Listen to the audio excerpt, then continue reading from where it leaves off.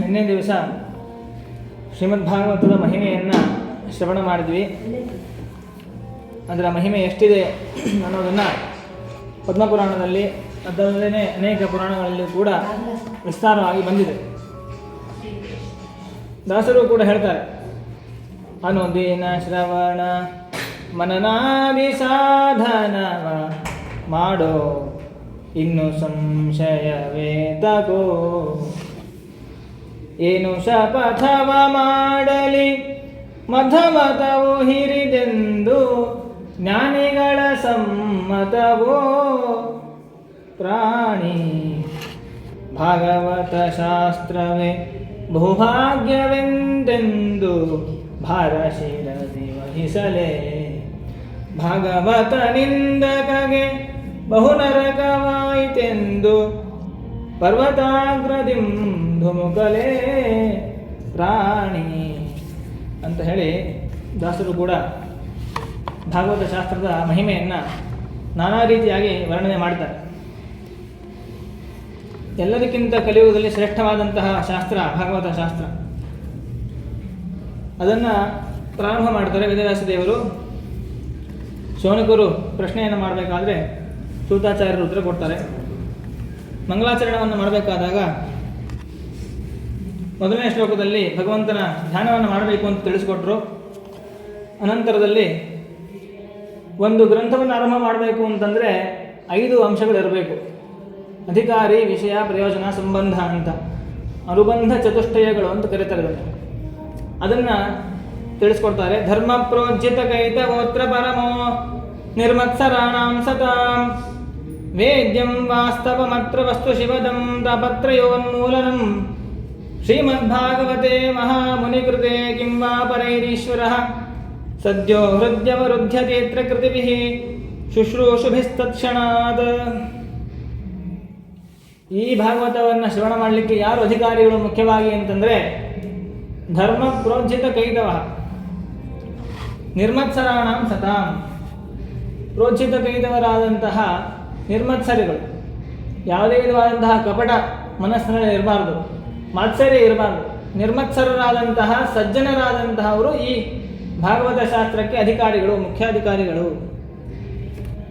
ಮತ್ತು ಈ ಭಾಗವತ ಶಾಸ್ತ್ರದ ವಿಷಯ ಏನು ಅಂದರೆ ಅಂತಂದರೆ ಅನೇಕ ವಿಷಯಗಳಿದೆ. ಪ್ರಧಾನವಾದ ವಿಷಯನು ಯಾರು ಅಂದರೆ ವೇದ್ಯಂ ವಾಸ್ತವ ಮತ್ತು ವಸ್ತು ಶಿವದಂ.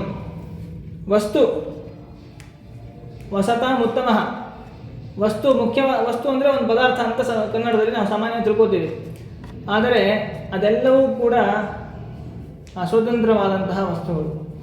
ಸ್ವತಂತ್ರವಾದ ವಸ್ತು ಯಾರು? ಒಬ್ಬನೇ. ಸ್ವತಂತ್ರೋ ಭಗವಾನ್ ವಿಷ್ಣು ಭಾವಾಭಾವೋ ದ್ವಿಧೇತರತ ಅಂತ ಹೇಳಿದಂತೆ ಸ್ವತಂತ್ರನಾದಂತಹ ವಸ್ತು ಯಾರು ಅಂದರೆ ಆ ಪರಮಾತ್ಮ. ಅವನೇ ಈ ಶಾಸ್ತ್ರಕ್ಕೆ ಮುಖ್ಯವಾಗಿ ವಿಷಯನಾಗಿದ್ದಾನೆ, ಪ್ರತಿಪಾದ್ಯನಾಗಿದ್ದಾನೆ.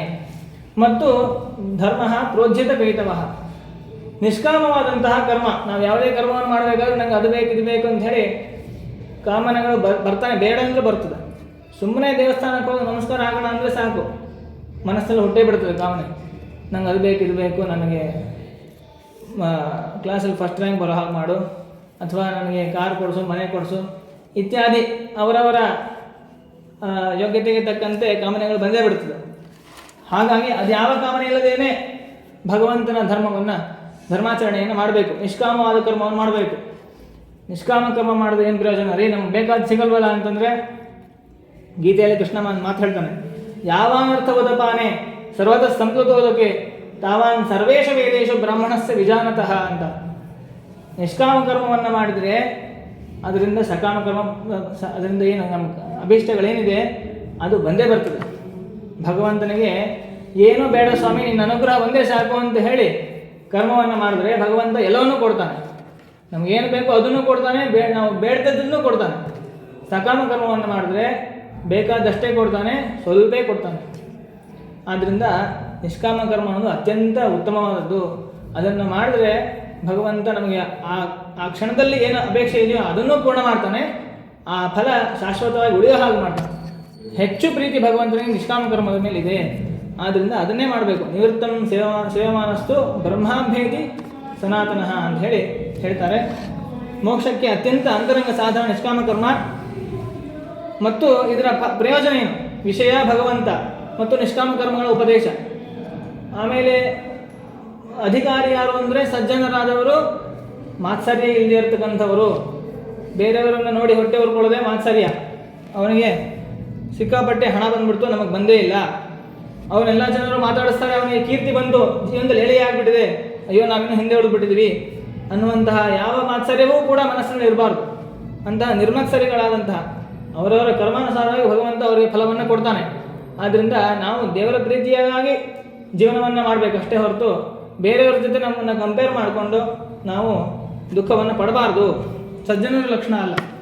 ಹಾಗಾಗಿ ಅಂಥ ಸಜ್ಜನರೇ ಇದಕ್ಕೆ ಅಧಿಕಾರಿಗಳು. ಪ್ರಯೋಜನವೇನು ಅಂತಂದರೆ ತಾಪತ್ರಯೋನ್ಮೂಲನಂ ಶಿವದಂ ತಾಪತ್ರಯೋನ್ಮೂಲನಂ. ತಾಪತ್ರಯ ಅಂತಂದರೆ ಆಧ್ಯಾತ್ಮಿಕ, ಅಧಿದೈವಿಕ, ಅಧಿಭೌತಿಕವಾದಂತಹ ತಾಪಗಳು. ಅದರ ನಾಶ ಅಂದರೆ ಸಂಸಾರದಲ್ಲಿರುವಂತಹ ಎಲ್ಲರಿಗೂ ಕೂಡ ಯಾವುದಾದ್ರೂ ಒಂದು ತಾಪ ಇದ್ದೇ ಇರ್ತದೆ. ಅಂತಹ ಮೂರು ತಾಪಗಳನ್ನು ನಾಶ ಮಾಡುವುದೇ ಮುಖ್ಯವಾದ ಫಲ. ಅದೆಲ್ಲಿ ಇರೋದಿಲ್ಲ ಅಂದರೆ ಮೋಕ್ಷದಲ್ಲಿ ಇರೋದಿಲ್ಲ. ಹಾಗಾಗಿ ಮೋಕ್ಷವೇ ಮುಖ್ಯವಾದ ಫಲ ಈ ಭಾಗವತ ಶಾಸ್ತ್ರಕ್ಕೆ. ಶ್ರೀಮದ್ಭಾಗವತೆ ಮಹಾಮುನಿಕೃತೆ ಕಿಂವಾ ಪರೈರೀಶ್ವರ. ಎಷ್ಟು ಅದ್ಭುತ ಅಂತಂದರೆ ಈ ಪುರಾಣವನ್ನು ಕೇಳ್ತಾ ಇದ್ದ ಹಾಗೆ ಕೇಳ್ತಾನೆ ಭಗವಂತ ಮನಸ್ಸಿನಲ್ಲಿ ಸದ್ಯೋ ಹೃದಯವರುದ್ಧತೆ, ತಕ್ಷಣದಲ್ಲೇ ಭಗವಂತ ಮನಸ್ಸಿನಲ್ಲಿ ತಾನು ನೆಲೆಸಿಬಿಡ್ತಾನಂತೆ. ಅಷ್ಟು ಅದ್ಭುತವಾದಂತಹ ಶಾಸ್ತ್ರ ಪುರಾಣ ಈ ಭಾಗವತ ಪುರಾಣ. ಶುಶ್ರೂಷುಭಿಸ್ತಕ್ಷಣ, ತಕ್ಷಣದಲ್ಲೇ ಫಲ ಸಿಗ್ತದೆ. ಇದನ್ನು ಕೇವಲ ನೀವು ಅಧ್ಯಯನ ಮಾಡಿರಿ, ಅನುಬಂಧ ಚತುಷ್ಟಯಗಳಿದೆ ಅದರಿಂದ ಅಧ್ಯಯನ ಮಾಡಿರಿ ಅಂತಷ್ಟೇ ಅಲ್ಲ, ಪರಂಪರೆನೇ ಅಧ್ಯಯನ ಪರಂಪರೆ ಇದೆ. ಇದು ಯಾರು ಹೇಳಿದರು ಅನ್ನೋದನ್ನೆಲ್ಲ ಹೇಳ್ತಾರೆ. ಶುಕಾಚಾರ್ಯರು ಉಪದೇಶವನ್ನು ಮಾಡ್ತಾರೆ. ನಿಗಮಕಲ್ಪತರೋರ್ ಗಲಿತಂ ಫಲಂ ಶುಕಮುಖಾದಮೃತದ್ರವ ಸಂಯುತಂ ಪಿಬತ ಭಾಗವತಂ ರಸಂ ಆಲಯಂ ಮುಹುರಹೋ ರಸಿಕಾ ಭುವಿ ಭಾವುಕಾಹ. ಇದು ಎಂತಹ ಫಲ ಅಂತಂದರೆ ಭಾಗವತ ಅನ್ನೋದೊಂದು ಹಣ್ಣಿದ್ದ ಹಾಗೆ. ಯಾವ ಮರದ ಹಣ್ಣು ಅಂತಂದರೆ ವೇದಗಳ ಎನ್ನುವಂತಹ ಮರ. ವೇದಗಳೇ ಒಂದು ಮರ ಅಂತ ಅಂದ್ಕೊಂಡ್ರೆ ಅದರ ಹಣ್ಣೇ ಭಾಗವತ. ಮಹಾತ್ಮೆಯಲ್ಲಿ ಒಂದು ಮಾತನ್ನು ಹೇಳಿದರು. ಯಾರಾದರೂ ಸನತ್ಕುಮಾರರು ಒಂದು ಮಾತು ಕೇಳ್ತಾರೆ, ಸ್ವಾಮಿ ನಾನು ಈ ಜ್ಞಾನ ಮತ್ತು ವೈರಾಗ್ಯಗಳನ್ನು ಎಬ್ಬಿಸಲಿಕ್ಕೆ ಬಹಳ ಪ್ರಯತ್ನ ಪಟ್ಟೆ, ಎಲ್ಲ ಶಾಸ್ತ್ರವನ್ನು ಅವರು ಕಿವಿಯಲ್ಲಿ ಹೇಳಿದೆ, ಎದ್ದೇಳಲೇ ಇಲ್ಲ. ಭಾಗವತವನ್ನು ಹೇಳಿದಾಗ ಮಾತ್ರ ಎದ್ದು ಬಿಟ್ಟು, ಅದೇನು ಎಲ್ಲ ಶಾಸ್ತ್ರದಲ್ಲಿ ಹೇಳದೇ ಇರೋದೇನು ಭಾಗವತದಲ್ಲಿ ಹೇಳಿದಾರಾ? ಏನಿಲ್ಲ ಅಂದಮೇಲೆ ಭಾಗವತಕ್ಕೆ ಅದೇನು ದೊಡ್ಡಸ್ಕೆ ಇದೆ ಅಂತ ಪ್ರಶ್ನೆ ಮಾಡಿದಾಗ ಅವರು ಒಂದು ಉತ್ತರ ಬಹಳ ಸ್ವಾರಸ್ಯಕರವಾಗಿ ದೃಷ್ಟಾಂತವನ್ನು ಹೇಳಿ ಸಮರ್ಥನೆ ಮಾಡ್ತಾರೆ ಸನತ್ಕುಮಾರರು. ಒಂದು ಮಾವಿನ ಮರ ಇದೆ. ಮಾವಿನ ಮರದಲ್ಲಿ ಎಲೆಯಿಂದ ಹಿಡ್ಕೊಂಡು ಬೇರೆ ತನಕ ರಸ ತುಂಬ್ಕೊಂಡ್ಬಿಟ್ಟಿದೆ. ಆದರೆ ರಸವನ್ನು ಅನುಭವಿಸ್ಲಿಕ್ಕೆ ಸಾಧ್ಯನಾ ನಾವು? ಸಾಧ್ಯ ಇಲ್ಲ. ಆದರೆ ಹಣ್ಣನ್ನು ತಿಂದಾಗ ರಸ ಅನುಭವ ಆಗುತ್ತೆ. ಅಂದರೆ ಏನರ್ಥ? ಆ ವೃಕ್ಷದ ಸಾರ ಭಾಗ ಅದು ಹಣ್ಣಿನಲ್ಲಿದೆ. ಹಾಗೆ ಈ ವೇದಗಳು, ಮಹಾಭಾರತ ಎಲ್ಲದರ ಸಾರ ಅದು ಶ್ರೀಮದ್ ಭಾಗವತದಲ್ಲಿ ಇದೆ, ಹಣ್ಣಿನ ರೂಪದಲ್ಲಿದೆ. ಇದು ಹಾಲಿದೆ, ಹಾಲಿನಲ್ಲಿ ತುಪ್ಪ ಇದೆ. ಹಾಲು ಕುಡಿದ್ರೆ ತುಪ್ಪ ತಿಂದಿದ್ದೀವಿ ಅಂತ ಯಾರು ಅನ್ನಲ್ಲ.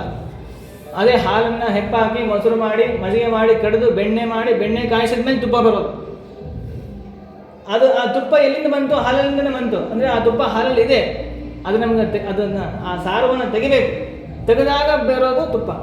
ಹಾಗೆ ಭಾಗವತದಲ್ಲಿರುವಂತಹ ತತ್ವಗಳೆಲ್ಲ, ತತ್ವ ಸಾರ ಅನ್ನೋದು ಎಲ್ಲ ಶಾಸ್ತ್ರದಲ್ಲೂ ಹರಡ್ಬಿಟ್ಟಿದೆ. ಅದನ್ನು ಓದಿದಾಗ ನಮಗೆ ಅನುಭವ ಬರೋದಿಲ್ಲ.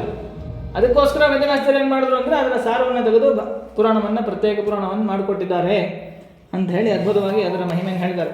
ಹಾಗಾಗಿ ಭಾಗವತವನ್ನು ಅಧ್ಯಯನ ಮಾಡಬೇಕು. ನೈಮಿಷಾರಣ್ಯ ನೈಮಿಷೇ ನಿಮಿಷಕ್ಷೇತ್ರೇ ಋಷಯ ಶೌನಕಾದಯ ಸತ್ರಂ ಸ್ವರ್ಗಾಯ ಲೋಕಾಯ ಸಹಸ್ರ ಸಮಮಾಸದ. 1000 ವರ್ಷಗಳ ಕಾಲ ಜ್ಞಾನ ಸತ್ರವನ್ನು ಶೌನಕ ಋಷಿಗಳು ತಾವು ಸಂಕಲ್ಪ ಮಾಡಿ ನೈಮಿಷಾರಣ್ಯದಲ್ಲಿ ಕುಳಿತುಕೊಂಡಾಗ ಎಲ್ಲ ಅವರು ಆ ಶೌನಕ ಋಷಿಗಳೆಲ್ಲರೂ ತಾವು ಪ್ರಾತಃ ಹುತಾಶನಾಹ ತಮ್ಮ ನಿತ್ಯವಾದಂತಹ ಸಂಧ್ಯಾವಂದನಾದಿ ಕರ್ಮಗಳನ್ನು, ಅಗ್ನಿಹೋತ್ರಾದಿ ಕರ್ಮಗಳನ್ನು ಮಾಡಿ ಕೂತುಕೊಂಡಾಗ ಅಲ್ಲಿಗೆ ಬರ್ತಾರೆ ಸೂತಾಚಾರ್ಯರು. ಸೂತಾಚಾರ್ಯರು ಬಂದಾಗ ಅವರಿಗೆ ಆತಿಥ್ಯವನ್ನು ಮಾಡಿ ಅವರಿಗೆ ಕೂಡಿಸಿ ಕೇಳ್ತಾರೆ, ಸ್ವಾಮಿ ನೀವು ಎಲ್ಲ ಪುರಾಣಗಳನ್ನು, ಇತಿಹಾಸವನ್ನು ತಿಳಿದಿದ್ದೀರಿ. ಹಾಗಾಗಿ ನೀವು ಸಾಕ್ಷಾತ್ ವೇದವ್ಯಾಸ ದೇವರಿಂದಲೇ ಎಲ್ಲ ಪುರಾಣಗಳನ್ನು ಶ್ರವಣ ಮಾಡಿದ್ದೀರಿ. ಅದರಲ್ಲಿ ಯಾವುದು ಮುಖ್ಯವಾದ ಸಾರವಾದಂತಹ ಭಾಗ ಅದನ್ನು ನಮಗೆ ಉಪದೇಶ ಮಾಡಿ ಅಂತ ಹೇಳಿ ಕೇಳ್ತಾರೆ.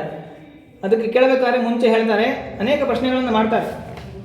ಅದರಲ್ಲಿ ಮೊದಲು ಹೇಳ್ತಾರೆ, ಪ್ರಾಯೇಣ ಅಲ್ಪಾಯುಷೋ ಮರ್ತ್ಯಾ ಕಲಾ ಅಸ್ಮಿನ್ ಯುಗೇ ಜನಾ ಮಂದ ಸುಮಂದ ಮತಯ ಮಂದಭಾಗ್ಯ ವಿಪದ್ರುತಾ. ಕಲಿಯುಗದ ಜನರ ಪರಿಸ್ಥಿತಿಯನ್ನು ಮಹಾತ್ಮೆಯಲ್ಲಿ ಹೇಳಿದಂತೆ ಇಲ್ಲೂ ಹೇಳ್ತಾರೆ. ಎಲ್ಲ ಅಲ್ಪಾಯುಷಿಗಳಂತಹ ಅಲ್ಪಬುದ್ಧಿವುಳ್ಳ ಅಲ್ಪಭಾಗ್ಯರಾದಂತಹ ಜನರೇ ಇದ್ದಾರೆ.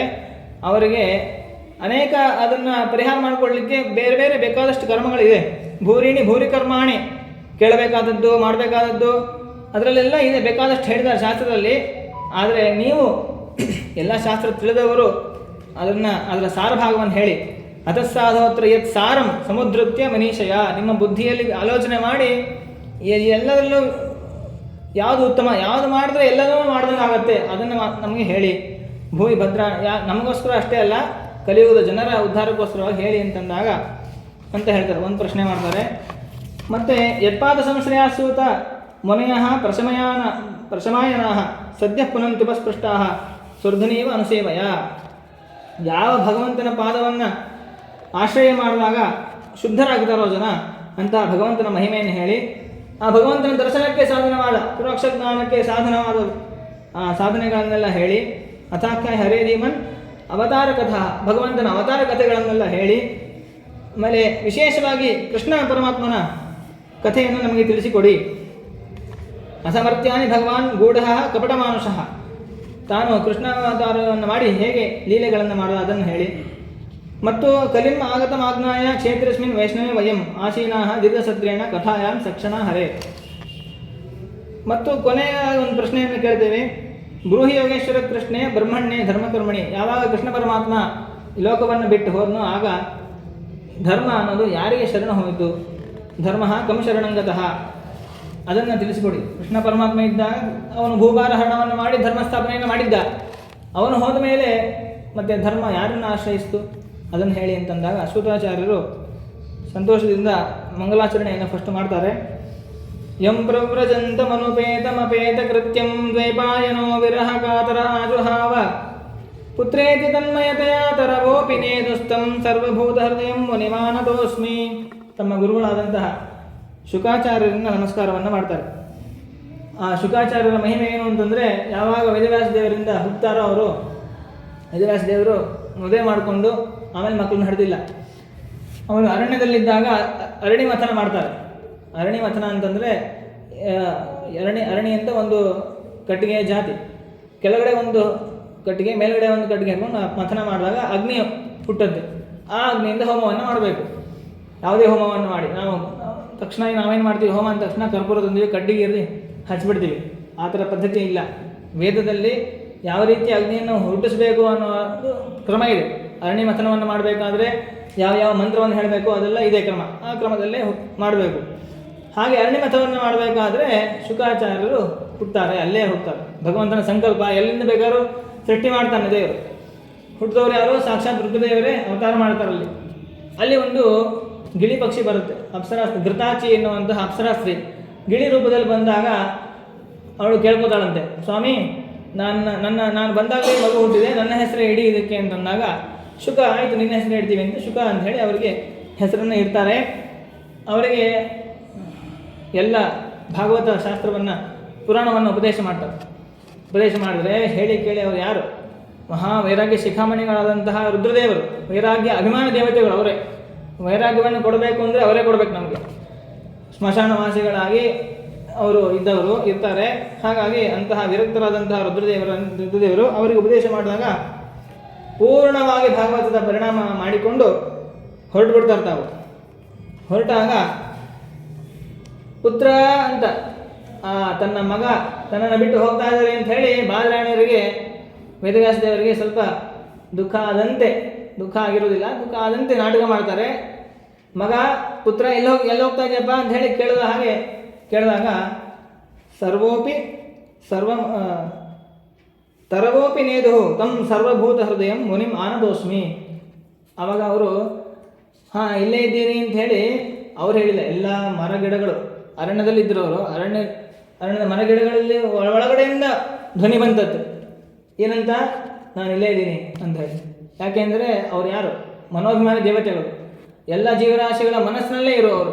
ಹಾಗಾಗಿ ಪುತ್ರೇತಿ ತನ್ಮಯತೆಯ ತರವೋಪಿ ನೇದು ತಂ ಅಂತಹ ಎಲ್ಲ ಜೀವರ ಹೃದಯದಲ್ಲಿ ವಾಸ ಮಾಡುವಂತಹ ರುದ್ರದೇವರನ್ನು ನಾನು ನಮಸ್ಕಾರವನ್ನು ಮಾಡ್ತೇನೆ ಅಂತ ಹೇಳಿ ಶುಕಾಚಾರ್ಯರು ನಮಸ್ಕಾರ ಮಾಡ್ತಾರೆ. ಯಸ್ವಾನುಭಾವಂ ಅಖಿಲ ಶ್ರುತಿಸಾರಮೇಕಂ ಅಧ್ಯಾತ್ಮದೀಪಮತಿಥಿ ತೀರ್ಷತಾಂ ತಮೋಂಧಂ ಸಂಸಾರಿಣಾಂ ಕರುಣಯಾ ಪುರಾಣಗುಹ್ಯಂ ತಂ ವ್ಯಾಸಸೂನುಪಯಾಮಿ ಗುರುಂ ಮುನೀನಾಂ. ಸಂಸಾರದಿಂದ ಜೀವನ್ಮುಕ್ತರಾದವರು ಶುಕಾಚಾರ್ಯರು. ಅಂತಹ ಶುಕಾಚಾರ್ಯ ನಮಸ್ಕಾರ ಮಾಡಿ ನಾರಾಯಣ ನಮಸ್ಕೃತ್ಯ ನರಂಚೇವ ನರೋತ್ತಮಂ ದೇವೀಂ ಸರಸ್ವತೀಂ ವ್ಯಾಸಂ ತಥೋ ಗ್ರಂಥಮುದೀರಯೇ ಅಂತ ಅನೇಕ ಭಗವಂತ ಮತ್ತು ಮುಖ್ಯ ಪ್ರಾಣದೇವರು, ಶೇಷದೇವರು, ಭಾರತೀ ದೇವಿ, ಸರಸ್ವತೀ ದೇವಿ, ವೇದವ್ಯಾಸ ದೇವರು ಇವರನ್ನೆಲ್ಲ ನಮಸ್ಕಾರವನ್ನು ಮಾಡಿ ಗ್ರಂಥವನ್ನು ವ್ಯಾಖ್ಯಾನ ಮಾಡ್ತಾ ಇದ್ದೇನೆ ಅಂತ ಹೇಳ್ತಾರೆ. ಏನು ಈಗ ಪ್ರಶ್ನೆ ಮಾಡಿದ್ರಲ್ಲ ಆ ಪ್ರಶ್ನೆ ಉತ್ತರವನ್ನು ಕೊಡ್ತೇನೆ. ಒಳ್ಳೆಯ ಪ್ರಶ್ನೆಯನ್ನು ಮಾಡಿದ್ದೀರಿ, ಲೋಕಕ್ಕೆ ಮಂಗಳಕರವಾದ ಪ್ರಶ್ನೆ. ಯತ್ಕೃತ ಕೃಷ್ಣ ಸಂಪ್ರಶ್ನ ಏನಾತ್ಮಾಶು ಪ್ರಸಿದ್ಧತಿ. ಮೊದಲು ಪ್ರಶ್ನೆಯನ್ನು ಮಾಡುವ ರೀತಿಯನ್ನು ನಾವು ಕಲಿಬೇಕು. ಯಾವ ರೀತಿ ಪ್ರಶ್ನೆ ಮಾಡ್ತಾರ ಆ ಪ್ರಶ್ನೆ ಕೇಳುವವನ ಯೋಗ್ಯತೆ ನಾವು ತಿಳ್ಕೊಳ್ಳೋಕೆ ಸಾಧ್ಯ. ಹೇಗೆ ದುಡ್ಡು ಸಂಪಾದನೆ ಮಾಡಬೇಕು ಅಂತ ಕೇಳಿದ್ರೆ ಇನ್ನೂ ಹಣದ ಆಸೆ ಇದೆ ಅಂತ ತಿಳ್ಕೊಬೋದು. ಸಂಪಾದನೆ ಮಾಡೋ ದುಡ್ಡನ್ನು ಎಲ್ಲಿ ಇನ್ವೆಸ್ಟ್ ಮಾಡಿದ್ರೆ ಜಾಸ್ತಿ ಆಗುತ್ತೆ ಅಂತೆಲ್ಲ ಪ್ರಶ್ನೆ ಮಾಡ್ತಿರ್ತಾರೆ. ಈಗ ಅದೇ ಹೆಚ್ಚು ನಡೀತಾ ಇರುತ್ತೆ ಸ್ಟಾಕ್ ಮಾರ್ಕೆಟ್ಗಳು, ನಾವು ಹೇಳೋದೇ ಬೇಕಾಗಿಲ್ಲ. ಆ ರೀತಿ ಪ್ರಶ್ನೆಗಳು, ಜಿಜ್ಞಾಸೆಗಳು ಜಾಸ್ತಿ ಇರುತ್ತೆ. ಬೇರೆ ಬೇರೆ ವಿಷಯಗಳ ಜಿಜ್ಞಾಸೆ ಇರುತ್ತೆ. ಅದನ್ನೆಲ್ಲ ಕೇಳಿದ್ರೆ ಅದು ಉಪಯೋಗ ಇಲ್ಲ, ಇನ್ನು ಹೆಚ್ಚು ಸಂಸಾರದಲ್ಲಿ ಮುಳುಗಬೇಕಾಗತ್ತೆ. ಇವ್ರು ಏನು ಮಾಡ್ತಾ ಇದ್ದಾರೆ ಅಂದರೆ ಹೇಗೆ ಸಂಸಾರದಿಂದ ಉದ್ಧಾರ ಆಗಬೇಕು. ಸಂಸಾರಕ್ಕೆ ಕೇವಲ ಈ ಲೌಕಿಕವಾದಂತಹ ಭೋಗ ಸಾಧನೆಗಳು ಒಂದು ಜನ್ಮಕ್ಕಷ್ಟೇ ಸೀಮಿತ. ನಾವು ದೇಹ ಬಿಟ್ಟರೆ ಮುಗೀತು, ಯಾವ ಸಂಬಂಧಿಕರಿಲ್ಲ, ಯಾವ ಮನೆ ಮಠ ಕಾರು ಎಲ್ಲರೂ ಏನೂ ಇಲ್ಲ. ಅದೇ ನಾವು ಭಗವಂತನ ಪ್ರಸಾದವನ್ನು ಸಂಪಾದನೆ ಮಾಡಿದ್ರೆ ಅದು ಈ ಜನ್ಮಕ್ಕಲ್ಲ, ನಂದು ಅನಂತ ಜನ್ಮಗಳವರೆಗೂ ಕೂಡ ನಮ್ಮ ಹಿಂದೆ ಬರ್ತದೆ. ಹಾಗಾಗಿ ಭಗವಂತನ ಪ್ರೀತಿಯನ್ನು ಸಂಪಾದನೆ ಮಾಡಬೇಕು. ಅದರ ಬಗ್ಗೆ ಪ್ರಶ್ನೆಯನ್ನು ಮಾಡಿದ್ದೀರಿ. ಹಾಗಾಗಿ ಉತ್ತಮವಾದ ಪ್ರಶ್ನೆ ಮಾಡಿದ್ದೀರಿ. ಅದಕ್ಕೆ ಉತ್ತರ ಏನು ಅಂತಂದರೆ, ಹೇಗೆ ಭಗವಂತನ ಬಳಸ್ಕೋಬೇಕು. ತವೈ ಪುಂಸಾಂ ಪರೋ ಧರ್ಮ ಯಥೋ ಭಕ್ತಿ ರಥೋಕ್ಷಜೆ. ಯಾವ ಧರ್ಮವನ್ನು ಮಾಡಿದರೆ ಭಗವಂತನಲ್ಲಿ ಭಕ್ತಿ ಬರ್ತದೋ ಅದೇ ಉತ್ತಮವಾದ ಧರ್ಮ. ಅಹೇತುಕ್ಯ ವ್ಯವಹಿತ ಯಥಾತ್ಮಾಶು ಪ್ರಸಿದ್ಧತಿ. ಭಗವಂತ ಶೀಘ್ರವಾಗಿ ಪ್ರಸನ್ನರಾಗಬೇಕು ಅಂತಂದರೆ ಭಕ್ತಿ ಮಾಡಬೇಕು ನೋಡ್ರಿ. ಈ ಭಕ್ತಿ ಅಂದರೆ ಏನು, ಹೇಗೆ ಭಕ್ತಿಯನ್ನು ನಾವು ಸಂಪಾದನೆ ಮಾಡಬೇಕು. ಭಕ್ತಿಯನ್ನು ಮಾಡಿದಾಗ ಭಕ್ತಿಯಿಂದ ಜ್ಞಾನ ವೈರಾಗ್ಯಗಳು ಬರುತ್ತೆ ಅಂತ ಹೇಳ್ತಾ ಇದ್ದಾರೆ. ಆ ಭಕ್ತಿಯನ್ನು ಸಂಪಾದನೆ ಮಾಡುವ ವಿಧಾನವನ್ನು ಸಂಕ್ಷಿಪ್ತವಾಗಿ ಹೇಳ್ತಾರೆ. ಧರ್ಮ ಸುನಿಷ್ಠಿತ ಪುಂಸಾಂ ವಿಶ್ವಕ್ಸೇನ ಕಥಾಶ್ರಯಾಂ ನೋತ್ಪಾದೇ ಯಜಿರತಿಂ ಶ್ರಮಯೇ ವಹಿ ಕೇವಲಂ. ಭಗವಂತನ ಪ್ರೀತ್ಯರ್ಥವಾಗಿ ಮೊದಲು ಸತ್ಕರ್ಮಾಚರಣೆಯನ್ನು ಮಾಡಬೇಕು. ಸತ್ಕರ್ಮಾಚರಣೆಯನ್ನು ಮಾಡಿದಾಗ, ಧರ್ಮಾನುಷ್ಠಾನವನ್ನು ಮಾಡಿದಾಗ ಆವಾಗ ಭಗವಂತನಲ್ಲಿ ಸ್ವಲ್ಪ ಭಕ್ತಿ ಬರುತ್ತದೆ. ಭಗವಂತನಲ್ಲಿ ಭಕ್ತಿ ಬರದೇ ಇರುವಂತಹ ಸತ್ಕರ್ಮಾಚರಣೆಯನ್ನು ಮಾಡಿದ್ವಿ, ನಮಗೆ ದೇವರ ಮೇಲೆ ಭಕ್ತಿ ಹುಟ್ಟಲೇ ಇಲ್ಲ, ಏನು ಕರ್ಮ ಮಾಡಿದ್ರು ಅಂತಂದರೆ ಶ್ರಮ ವಹಿ ಕೇವಲ ಶ್ರಮ. ಅದು ನಮ್ಮ ಹೋಮವನ್ನು ಮಾಡಿದ್ವಿ, ಮೈ ಸುಟ್ಕೊಂಡ್ವಿ, ಹೊಗೆಯನ್ನು ಕುಡಿದ್ವಿ, ಕಣ್ಣಿಗೆ ತ್ರಾಸಾಯ್ತು ಅಷ್ಟೇ ಹೊರತು ಅದರಿಂದ ಏನು ಪ್ರಯೋಜನ ಇಲ್ಲ. ನಾವು ಮಾಡುವ ಕರ್ಮದಿಂದ ನಮಗೆ ಭಗವಂತನಲ್ಲಿ ಭಕ್ತಿ ಬರಬೇಕು. ಅಂದರೆ ಅಷ್ಟು ಭಗವಂತನ ಪ್ರೀತ್ಯಾಸ್ಪದವಾಗಿ ಹಾಗೂ ಮಾಡಬೇಕು. ಧರ್ಮಸ್ಯ ಹ್ಯಾಪವರ್ಗ್ಯಸ್ಯ ನಾರ್ಥೋ ಅರ್ಥಾಯ ಕಲ್ಪತೆ ನಾರ್ಥಸ್ಯ ಧರ್ಮೈಕಾಂತಸ್ಯ ಕಾಮೋ ಲಾಭಾಯ ಹಿ ಸ್ಮೃತಃ. ಮತ್ತು ನಾವು ಧರ್ಮಾಚರಣೆಯನ್ನು ಮಾಡ್ತೀವಿ ಯಾಕೆ ಅಂದರೆ ಸಕಾಮವಾಗಿ ಅದು ಇದು ಕಾಮನೆಗಳಿಗೋಸ್ಕರ ಮಾಡ್ತೀವಿ. ಆದರೆ ಅದು ಮುಖ್ಯ ಪ್ರಯೋಜನ ಅಲ್ಲ. ಧರ್ಮದ ಮುಖ್ಯ ಪ್ರಯೋಜನ ಏನು ಅಂತಂದರೆ ಆಪವರ್ಗ್ಯಸ್ಯ, ನನಗೆ ಸಂಪತ್ತು ಬೇಕು ಅಂತ ಧರ್ಮಾಚರಣೆಯನ್ನು ಮಾಡಬಾರ್ದು, ಪರಂತು ಆಪವರ್ಗ್ಯ ಮೋಕ್ಷ ಬೇಕು, ನಿಷ್ಕಾಮವಾದ ಧರ್ಮಾಚರಣೆಯನ್ನು ಮಾಡಬೇಕು. ಅದೇ ಮುಖ್ಯವಾದ ಧರ್ಮದ ಫಲ. ನಿತ್ಯ ಕರ್ಮಗಳಿಗಂತೂ ಏನು ಫಲ ಇಲ್ಲ. ನಿತ್ಯ ಕರ್ಮಕ್ಕೆ ನಿತ್ಯವಾದಂತಹ ಇದು ಮೋಕ್ಷವೇ ಫಲ, ಅಂದರೆ ಅಪರೋಕ್ಷನೇ ಫಲ. ಆದರೆ ವಿಶೇಷವಾದ ಸತ್ಕರ್ಮವನ್ನು ಮಾಡಬೇಕು, ಯಜ್ಞಯಾಗಾದಿಗಳನ್ನು ಮಾಡಬೇಕು, ವ್ರತೋಪಾಸನೆ ನಿಯಮಗಳನ್ನು ಮಾಡಬೇಕು. ಅದಕ್ಕೂ ಮುಖ್ಯವಾಗಿ ನಾವೇನು ಕಾಮನೆಗಳನ್ನು ಅಪೇಕ್ಷೆ ಪಡೆದೇನೆ ಮೋಕ್ಷಕ್ಕೋಸ್ಕರವಾಗಿ ಮಾಡಬೇಕು. ಮತ್ತು ಹಣ ಸಂಪಾದನೆ, ಭಗವಂತ ನಮಗೆ ದುಡ್ಡನ್ನು ಕೊಟ್ಟಿರ್ತಾನೆ, ಅದರ ಮುಖ್ಯವಾದ ಫಲ ಏನು ಅಂತಂದರೆ ನಾರ್ಥಸ್ಯ ಧರ್ಮೈಕಾಂತಸ್ಯ ಕಾಮೋ ಲಾಭಾಯ ಸ್ಮೃತಃ. ನಾವೇನು ಮಾಡ್ತೀವಿ, ಅಂದ್ಕೊಂಡಿದ್ದೀವಿ ಹಣ ಸಂಪಾದನೆ ಮಾಡಿದ್ರೆ ನಮಗೆ ಇಷ್ಟ ಆದ ಬದಲಿಂದ ನಾವು ತೊಗೋಬೋದು, ಬೇಕಾದಷ್ಟು ಮನೆ ಕೊಂಡ್ಕೋಬೋದು, ಸುಖವಾಗಿ ಇರ್ಲಿಕ್ಕೆ ಏನು ಬೇಕೋ ಅದೆಲ್ಲ ಮಾಡ್ಕೋಬೋದು ದುಡ್ಡಿಂದ. ದುಡ್ಡಿನ ಮುಖ್ಯ ಪ್ರಯೋಜನ ಅದಲ್ಲ. ಮತ್ತೇನು ಅಂತಂದರೆ ಧರ್ಮೈಕಾಂತಸ್ಯ, ಮುಖ್ಯವಾಗಿ ದುಡ್ಡಿನ ಪ್ರಯೋಜನ ಏನು ಅಂತಂದರೆ ಧರ್ಮ. ನಾವು ಒಂದು ಹೋಮವನ್ನು ಮಾಡಬೇಕು, ಮನೆಯಲ್ಲಿ ವ್ರತವನ್ನು ಮಾಡಬೇಕು, ಗುರುಗಳನ್ನು ಪ್ರೀತಿಪಡಿಸಬೇಕು, ಮನೆಯಲ್ಲಿ ಪೂಜಾದಿಗಳನ್ನು ಮಾಡಬೇಕು, ದಾನ ಧರ್ಮವನ್ನು ಮಾಡಬೇಕು ಅಂದರೆ ದುಡ್ಡು ಬೇಕು. ಆ ದುಡ್ಡಿಗೋಸ್ಕರವಾಗಿ, ಆ ಧರ್ಮಾಚರಣೆಗೋಸ್ಕರವಾಗಿ ಹಣವನ್ನು ಸಂಪಾದನೆ ಮಾಡಬೇಕು. ಹಣ ಸಂಪಾದನೆ ಮಾಡಲಿಕ್ಕೂ ಒಂದು ರೀತಿಗಳಿವೆ. ಆ ಶಾಸ್ತ್ರೋಕ್ತವಾದ ರೀತಿಯಲ್ಲಿ ಸಂಪಾದನೆ ಮಾಡಿದಂತಹ ಹಣವನ್ನು ಧರ್ಮಕ್ಕಾಗಿ ವಿನಿಯೋಗ ಮಾಡಬೇಕು. ಅದೇ ಅದರ ಮುಖ್ಯ ಪ್ರಯೋಜನ. ಧರ್ಮ, ಅರ್ಥ, ಕಾಮ, ಮೋಕ್ಷ, ಈ ನಾಲ್ಕರಲ್ಲಿ ಧರ್ಮದ ಮುಖ್ಯವಾದ ಉದ್ದೇಶ ಜ್ಞಾನ. ಮತ್ತು ಕಾಮ ಅದು ಪ್ರಯೋಜನ ಅಲ್ಲ. ಅಂದರೆ ಹಣದ ಪ್ರಯೋಜನ ಅಲ್ಲ. ಹಣದ ಮುಖ್ಯ ಪ್ರಯೋಜನ ಧರ್ಮ, ಧರ್ಮದ ಮುಖ್ಯ ಪ್ರಯೋಜನ ಜ್ಞಾನ. ಎಲ್ಲದರಿಂದಲೂ ಮೋಕ್ಷ ಅನ್ನೋದು ಮುಖ್ಯ ಪ್ರಯೋಜನ ಆಗುತ್ತೆ ಅಂತ ಹೇಳಿ ಅದ್ರ ಬಗ್ಗೆ ಹೇಳಿ, ಆದ್ದರಿಂದ ತಸ್ಮಾತ್ ಏಕೇನ ಮನಸ ಭಗವಾನ್ ಸಾತ್ವತಾಂ ಪತಿ. ಭಕ್ತಿ ಬರಬೇಕಾದ್ರೆ ಮುಖ್ಯವಾಗಿ ಭಗವಂತನ ಕಥೆಗಳನ್ನು ಶ್ರವಣ ಮಾಡಬೇಕು. ಶ್ರೋತವ್ಯ ಕೀರ್ತಿತವ್ಯಶ್ಚ ಧ್ಯೇಯ ಪೂಜ್ಯಶ್ಚ ನಿತ್ಯದ. ಬೆಳಗಿನಿಂದ ರಾತ್ರಿವರೆಗೂ ಕೂಡ ಕೇವಲ ಭಗವಂತನ ಶ್ರವಣ ಕೀರ್ತನ, ಅವನ ಕಥೆಗಳನ್ನು ಶ್ರವಣ ಮಾಡಬೇಕು, ಅವನ ನಾಮಸ್ಮರಣೆಯನ್ನು ಮಾಡಬೇಕು, ಅವನ ಸ್ತೋತ್ರಗಳನ್ನು ಮಾಡಬೇಕು, ಅವನ ಧ್ಯಾನವನ್ನು ಮಾಡಬೇಕು, ಅವನ ಪೂಜೆಯನ್ನು ಮಾಡಬೇಕು. ಎಲ್ಲ ಇಂದ್ರಿಯಗಳಲ್ಲೂ ಅವನ ಪ್ರೀತಿಗೋಸ್ಕರವಾಗಿ ಎಲ್ಲ ಕರ್ಮವನ್ನು ಮಾಡಿದಾಗ ಭಕ್ತಿಯನ್ನು ಸ್ವಲ್ಪ ಬರುತ್ತದೆ. ನಾವೇನು ಮಾಡ್ತೀವಿ? ಎಲ್ಲ ಬಿಟ್ಟು ಕೇವಲ ಲೌಕಿಕವಾದ ಕರ್ಮವನ್ನು ಮಾಡ್ತಾ ಭಗವಂತನಲ್ಲಿ ಒಂದು ಕ್ಷಣ ಅಷ್ಟೇ ಟೈಮ್ ಕೊಟ್ಬಿಡ್ತೀವಿ. ಆವಾಗ ಏನು ಭಕ್ತಿ ಬರ್ತದೆ? ಭಕ್ತಿ ಬರೋದೇ ಇಲ್ಲ. ಹಾಗಾಗಿ ಭಕ್ತಿ ಬರಲಿಕ್ಕೆ ಬೆಳಗಿನಿಂದ ರಾತ್ರಿಯಾಗಿ ಮಾಡುವಂಥ ಎಲ್ಲ ಕರ್ಮವನ್ನು ದೇವರನ್ನು ಉದ್ದೇಶಿಸಿಕೊಂಡು ಮಾಡಬೇಕು. ನಾವು ನೋಡ್ತೀವಿ, ದೇವರ ಮೂರ್ತಿಯನ್ನೇ ನೋಡಬೇಕು. ಕೇಳಬೇಕು ಅಂದರೆ ದೇವರ ಕಥೆಗಳನ್ನೇ ಕೇಳಬೇಕು. ನಾವು ವಾಸನೆ ತಗೊತೀವಿ ಅಂದರೆ ಭಗವಂತನಿಗೆ ಸಮರ್ಪಣೆ ಮಾಡಿರತಕ್ಕಂತಹ ನಿರ್ಮಾಲ್ಯದ ಹೂವಿನ ವಾಸನೆಯನ್ನು ತಗೋಬೇಕು. ಕಣ್ಣು ಸೆಂಟನ್ನು ಹಾಕಬಾರ್ದು. ತಿನ್ನಬೇಕಾದ್ರೆ ಎಲ್ಲೆಲ್ಲೋ ಹೋಗಿ ತಿನ್ನಬಾರ್ದು, ನೈವೇದ್ಯವನ್ನು ಅಷ್ಟೇ ತಿನ್ನಬೇಕು. ಮುಖಕ್ಕೆ ಲೇಪನ ಮಾಡ್ಕೋಬೇಕಾದ್ರೆ ಗಂಧವನ್ನೇ ಲೇಪನ ಮಾಡ್ಕೋಬೇಕು. ಹಾಗೆ ತ್ವಯೋಪಭುಕ್ತ ಸೃಗಂಧ ವಾಸೋಲಂಕಾರ ಚರ್ಚಿತಾ. ತ್ವಯೋಪಭುಕ್ತ ಸೃಗಂಧ ವಾಸೋಲಂಕಾರ ಚರ್ಚಿತಾ ತವ ಮಾಯಾಂ ಜಯೇಮಹಿ ಅಂತ ಹೇಳ್ತಾರೆ. ಭಗವಂತನ ಮಾಯ, ಈ ಸಂಸಾರವನ್ನು ಗೆಲ್ಲಬೇಕು ಅಂತಂದರೆ ಅವನಿಗೆ ಸಮರ್ಪಣೆ ಮಾಡಿರುವಂತಹ ಪದಾರ್ಥವನ್ನೇ ಸ್ವೀಕಾರ ಮಾಡಬೇಕು. ಹಾಗೆ ಮಾಡಿದಾಗ ದೇವರು ಒಲಿತಾನೆ. ಶುಶ್ರೂಷೋ ಶ್ರದ್ಧಾನಸ್ಯ ವಾಸುದೇವ ಕಥಾ ರತಿ. ಭಗವಂತನ ಈ ರೀತಿ ಕೇಳ್ತಾ ಭಗವಂತನ ಶ್ರವಣವನ್ನು ಮಾಡ್ತಾ ಇದ್ದರೆ ಅವನ ಕಥೆಯನ್ನು ಕೇಳೋದ್ರಿಂದ ನಮಗೆ ಆಸಕ್ತಿ ಬರುತ್ತದೆ. ಆಸಕ್ತಿ ಬಂದಾಗ ಸ್ಯಾನ್ಮಹತ್ ಸೇವೆಯ ವಿಪ್ರಹ ಪುಣ್ಯತೀರ್ಥ ನಿಷೇವಣ, ಉತ್ತಮರ ಸಂಘ ಆಗುತ್ತೆ. ನಮಗೆ ಸುಲಭವಾಗಿ ಆಗೋದಿಲ್ಲ. ಉತ್ತಮರ ಸಂಘ ಆಗಬೇಕು ಅಂತಂದರೆ ಅನೇಕ ಸಾಧನೆಗಳನ್ನು ಮಾಡಬೇಕು. ಮೊದಲಿಗೆ ಅದಕ್ಕೆ ಪ್ರಧಾನವಾಗಿ ಸಾಧನೆ ಅಂದರೆ ತೀರ್ಥಕ್ಷೇತ್ರ ಪರ್ಯಟನೆ. ಪುಣ್ಯತೀರ್ಥ ನಿಷೇವಣ, ಪುಣ್ಯತೀರ್ಥಗಳಿಗೆ ಹೋಗಿ ನಾವು ಪುಣ್ಯ ಸಂಪಾದನೆ ಮಾಡಿದ್ರೆ ಅದರಿಂದ ನಮಗೆ ಉತ್ತಮರ ಸಂಘ ಆಗುತ್ತೆ. ಆಮೇಲೆ ಅವರಿಂದ ಉಪದೇಶ ಪಡಿತೀವಿ, ಶ್ರವಣಾದಿಗಳನ್ನು ಮಾಡಬೇಕು. ಅವರಿಂದ ಎಲ್ಲ ಧರ್ಮವನ್ನು ಕೇಳಿ ಹೆಚ್ಚು ಧರ್ಮಾಚರಣೆ ಮಾಡಲಿಕ್ಕಾಗ್ತದೆ. ನಾವು ಆ ಮಾರ್ಗದಲ್ಲಿ ಇರಬಹುದು. ಹೀಗಾಗಿ ಶ್ರವಣವನ್ನು ಮಾಡ್ತಾ ಭಗವಂತ ಏನು ಮಾಡ್ತಾನೆ ಅಂತಂದರೆ ಹೃದಯಂತಸ್ಥೋ ಹೆಭದ್ರಾಣಿ ವಿಧುನೋತಿ ಮಹತ್ ಸುಹೃತ್ ಸದಾಂ. ಈ ನಷ್ಟಪ್ರಾಯಶು ಭಗವಂತ ಶ್ರವಣ ಮಾಡಿ ನಮ್ಮಲ್ಲಿರುವಂತಹ ಎಲ್ಲ ಪಾಪವನ್ನು ನಾಶ ಮಾಡ್ತಾನೆ.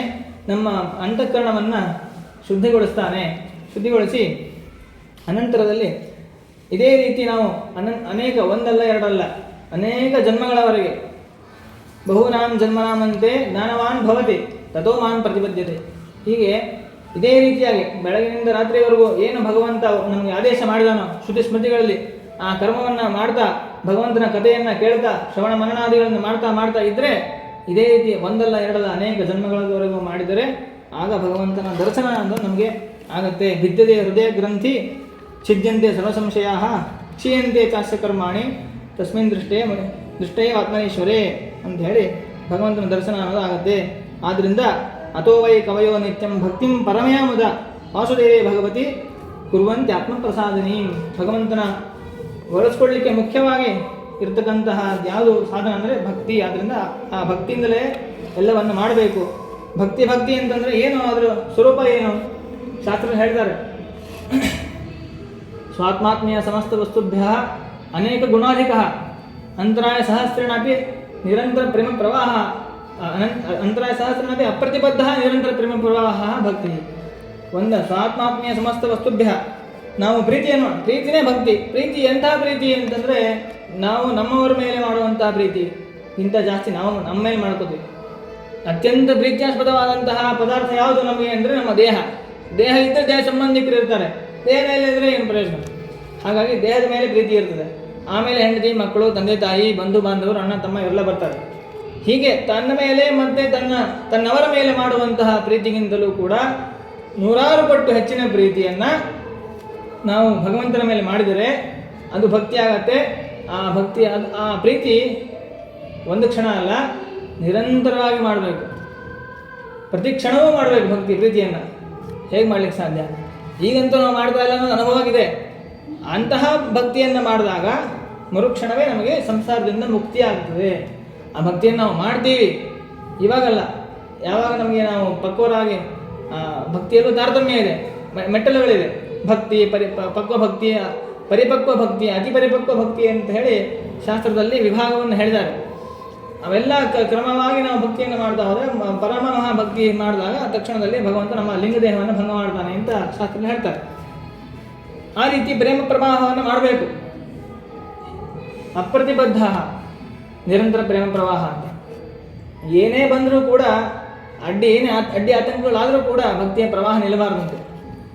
ಸ್ವಲ್ಪ ನಮಗೆ ನಾವು ಕಣ್ಣು ಮುಚ್ಚಿ ಭಗವಂತನ ಧ್ಯಾನವನ್ನು ಜಪವನ್ನು ಮಾಡಬೇಕಾದ್ರೆ ಸ್ವಲ್ಪ ಶಬ್ದ ಕೇಳಿಸಿದ್ರೆ ಸಾಕು, ಕಿವಿಯಲ್ಲಿ ಹೊರಟೋಗುತ್ತೆ, ಕಣ್ಣು ತೆಗೆದು ನೋಡ್ಬಿಡ್ತೀವಿ. ಅಂದರೆ ನಾವು ಭಕ್ತಿಯನ್ನು ಪ್ರಪಂಚದ ಭಕ್ತಿ ಮಾಡ್ತೀವಿ ಹೊರತು ನಾವು ದೇವರಲ್ಲಿ ಭಕ್ತಿ ಮಾಡೋದಿಲ್ಲ. ಏನೇ ಅಡಚಣೆ ಬಂದರೂ ಕೂಡ ಪ್ರವಾಹ ನಿಲ್ಲಬಾರ್ದು. ಅಷ್ಟು ಭಕ್ತಿಯನ್ನು, ಅಷ್ಟು ಪ್ರೀತಿಯನ್ನು ದೇವರ ಮೇಲೆ ಮಾಡಬೇಕಂತ. ಈಗ ನಾವು ಮಾಡ್ತೀವಿ, ಸದ್ಯಕ್ಕಂತೂ ಯಾರ ಮೇಲೆ ಮಾಡ್ತಾ ಇದ್ದೀವಿ ಅಂದರೆ ಮೊಬೈಲ್ ಮೇಲೆ ಮಾಡ್ತಾ ಇದ್ದೀವಿ ಪ್ರೀತಿಗಳು. ಅದು ಏನು ನಿರಂತರವಾಗಿ ಅಪ್ರತಿಬದ್ಧವಾಗಿ, ಪ್ರತಿಬಂಧಕಗಳು ಯಾರೇ ಬಂದರೂ ಕೂಡ ಕಣ್ಣು ತೆಗೆದು ನೋಡೋದಿಲ್ಲ. ಒಂದು ಸತಿ ಕಣ್ಣು ನೆಡ್ತು ಅಂತಂದರೆ ಅದರಿಂದ ಹೊರಗೆ ಬರೋದು ಬಹಳ ಕಷ್ಟ ಆಗುತ್ತೆ. ಹಾಗೆ ಧ್ಯಾನವನ್ನು, ಉಪಾಸನೆಯನ್ನು ಮಾಡ್ತೀವಿ ನಾವು, ಅದು ಆಗಬಾರ್ದು.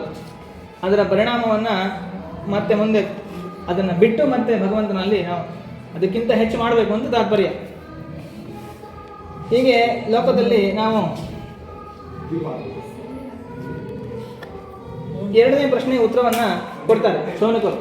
ಶೌನಕರಿಗೆ ಸೂತಾಚಾರ್ಯರು ಹೇಳ್ತಾರೆ,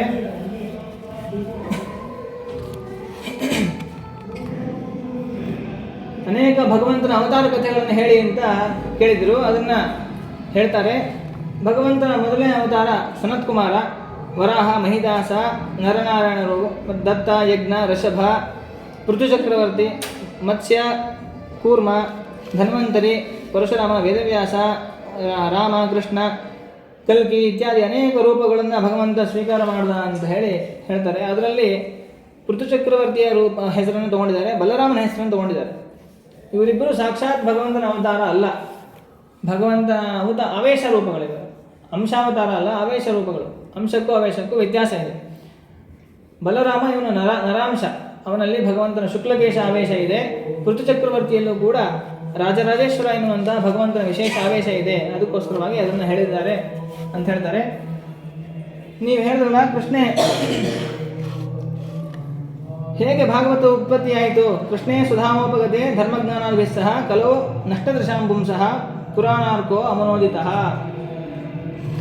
ಧರ್ಮ ಕಂ ಶರಣಂಗತಃ ಅಂತಂದ್ರಲ್ಲ, ಧರ್ಮವು ವೇದವ್ಯಾಸ ದೇವರನ್ನು ಆಶ್ರಯಿಸುತ್ತೆ. ಹೌದಾ? ಹಾಗಾದರೆ ವೇದವ್ಯಾಸ ದೇವರು ಹೇಗೆ ಅವತಾರ ಮಾಡಿದ್ರು ಆ ವಿಷಯವನ್ನು ನಮಗೆ ಹೇಳಿ.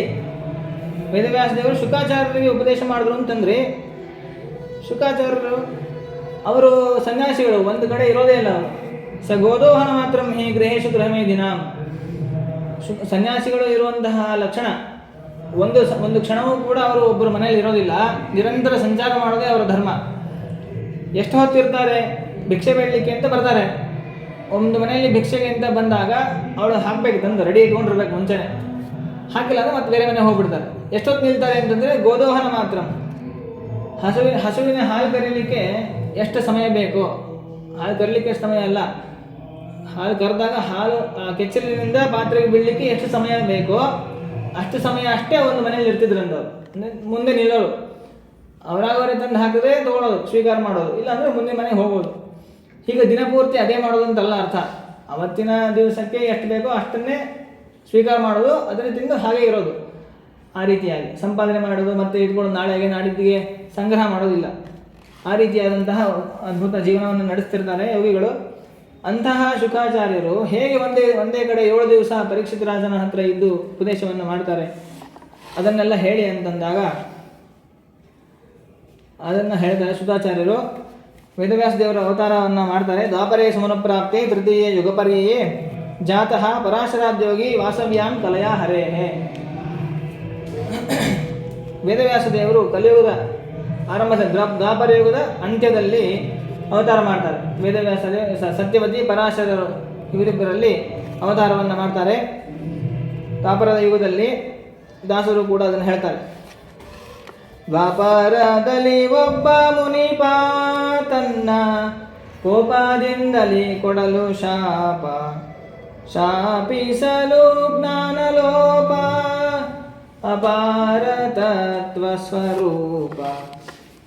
ಶ್ರೀಪತಿಯ ಕಾಯೆಂದು ಮೊರೆಯಿಡೆ ಪಾಪರಹಿತಳಾದ ಯಮುನೆಯ ದ್ವೀಪದಲ್ಲಿ ಅಂಬಿಗರ ಕನ್ಯೆಯ ರೂಪ ಕೊಲಿದವನಲ್ಲಿ ಜನಿಸಿದೆ.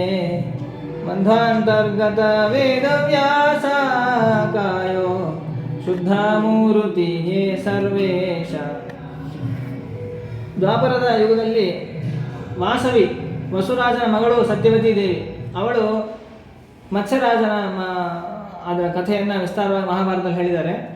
ಒಮ್ಮೆ ವಸುರಾಜ ತನ್ನ ಹೆಂಡತಿಯ ಸಂಗ ಮಾಡಬೇಕು ಅಂತ ಅಪೇಕ್ಷೆ ಪಟ್ಟಾಗ ಪಿತೃಗಳೆಲ್ಲ ಬಂದು ನೀನು ಅರಣ್ಯಕ್ಕೆ ಹೋಗಿ ಬೇಟೆ ಆಡಬೇಕು ಅಂತ ಹೇಳ್ತಾರೆ. ಅವನು ಹೋದಾಗ ಅಲ್ಲಿ ಅದ್ಭುತವಾದ ವಾತಾವರಣವನ್ನು ನೋಡಿ ಅವನಿಗೆ ಸ್ಖಲನ ಆಗುತ್ತೆ. ಆ ರೇತಸ್ಸನ್ನು ಒಂದು ಪಕ್ಷಿಗೆ ಕೊಟ್ಟು ನನ್ನ ಹೆಂಡತಿಗೆ ಕೊಡು ಅಂತ ಹೇಳ್ತಾನೆ ಆ ಪಕ್ಷಿಗೆ. ಒಂದು ಗೃಧ್ರ ಪಕ್ಷಿ. ಆ ಗೃಧ್ರ ಪಕ್ಷಿ ತೊಗೊಂಡು ಹೋಗಬೇಕಾದ್ರೆ ಇನ್ನೊಂದು ಗೃಧ್ರ ಪಕ್ಷಿ ಬಂದು ಅದ್ರ ಜೊತೆ ಜಗಳ ಆಡುತ್ತಂತೆ. ಇದೇನೋ ಒಂದು ವಿಶಿಷ್ಟ ಆಹಾರ ಇದೆ, ನನಗೆ ಬೇಕು ಅಂತ ಜಗಳ ಆಡಿದಾಗ ಆ ರೇತಸ್ಸು ಕೆಳಗಡೆ ಬಿದ್ದು ಯಮುನಾ ನದಿ ಒಳಗೆ ಬೀಳುತ್ತದೆ. ನದಿಯಲ್ಲಿ ಒಂದು ಮೀನು ನುಂಗುತ್ತೆ. ಅದನ್ನು ಆ ಮೀನು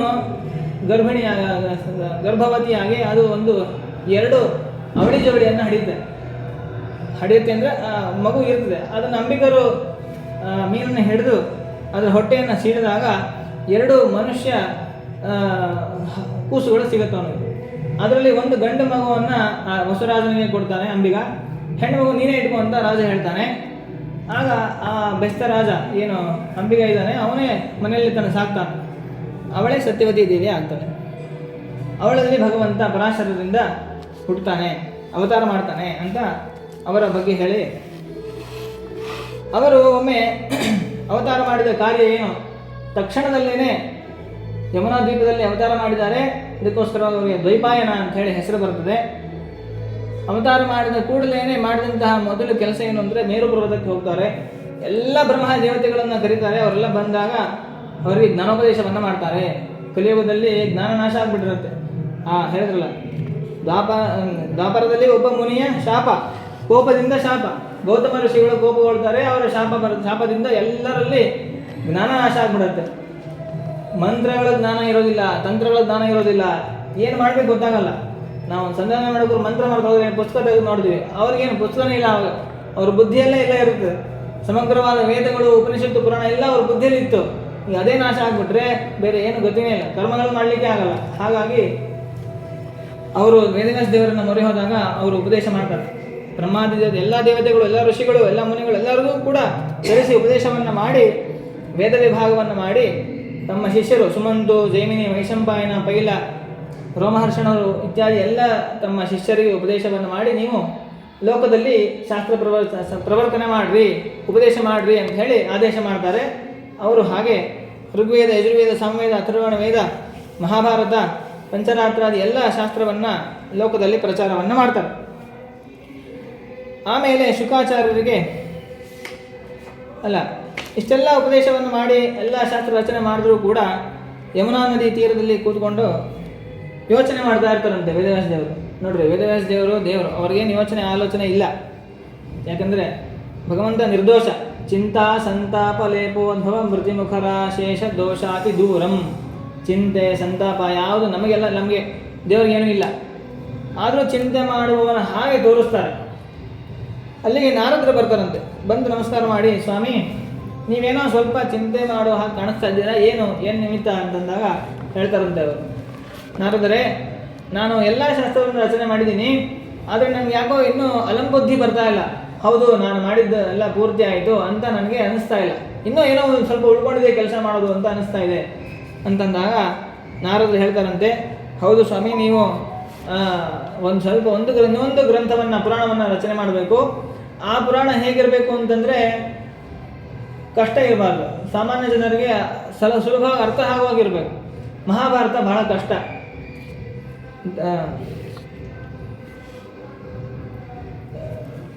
ಏನು ತ್ರ್ಯರ್ಥತಾಂ ಶ್ರುತಿಷು ವಿತ್ತ ದಶಾರ್ಥಂ ಭಾರತಂ ನಾನು ಶತಾರ್ಥಮಪಿ ಸ್ಯಾತ್ ವೈಷ್ಣವಂ ಪದ ಸಹಸ್ರತಯಂ ಹಿ ಅಂತ ಮಧ್ವಜಯದಲ್ಲಿ ವೇದಗಳಿಗೆ 3 ಅರ್ಥ, ಒಂದೊಂದು ವೇದಕ್ಕೂ ಕೂಡ 3 ಅರ್ಥ ಇದೆ. ಮಹಾಭಾರತಕ್ಕೆ ಎಷ್ಟು ಅರ್ಥ ಅಂದರೆ 10 ಅರ್ಥ ಅಂತ. ಒಂದು ಮಹಾಭಾರತ ಶ್ಲೋಕಕ್ಕೆ 10 ಅರ್ಥಗಳಿವೆ. ಹಾಗೆ ವಿಷ್ಣು ಸಹಸ್ರನಾಮಕ್ಕೆ ಒಂದೊಂದು ನಾಮಕ್ಕೆ 1,000 ಅರ್ಥ ಇದೆ ಅಂತ ಶ್ರೀನಿವಾಚಾರ್ಯರು ಮಧ್ವಜದಲ್ಲಿ ಬರ್ತದೆ ಅವ್ರ ಕಥೆ ಕೇಳಬೇಕಾದ್ರೆ. ಅಂದರೆ ಮಹಾಭಾರತಕ್ಕೆ ಒಂದು ಶ್ಲೋಕಕ್ಕೆ 10 ಅರ್ಥ ಇದ್ದರೆ ಎಷ್ಟು ಶ್ಲೋಕ ಇದೆ ಮಹಾಭಾರತದಲ್ಲಿ? 1,00,000 ಶ್ಲೋಕ ಇದೆ. 1,00,000 ಶ್ಲೋಕದಲ್ಲಿ ಒಂದೊಂದು ಶ್ಲೋಕಕ್ಕೆ 10 ಅರ್ಥ ಇದ್ದರೆ ಹೇಗೆ ಜನ ಅರ್ಥ ಮಾಡ್ಕೋಬೇಕು? ಸಾಮಾನ್ಯರು ಓದೋದಕ್ಕೆ ಬಹಳ ಕಷ್ಟ, ಒಂದು ಅರ್ಥ ಮಾಡ್ಕೊಳ್ಳೋದೇ ಬಹಳ ಪ್ರಯಾಸ ಆಗಿರುತ್ತೆ.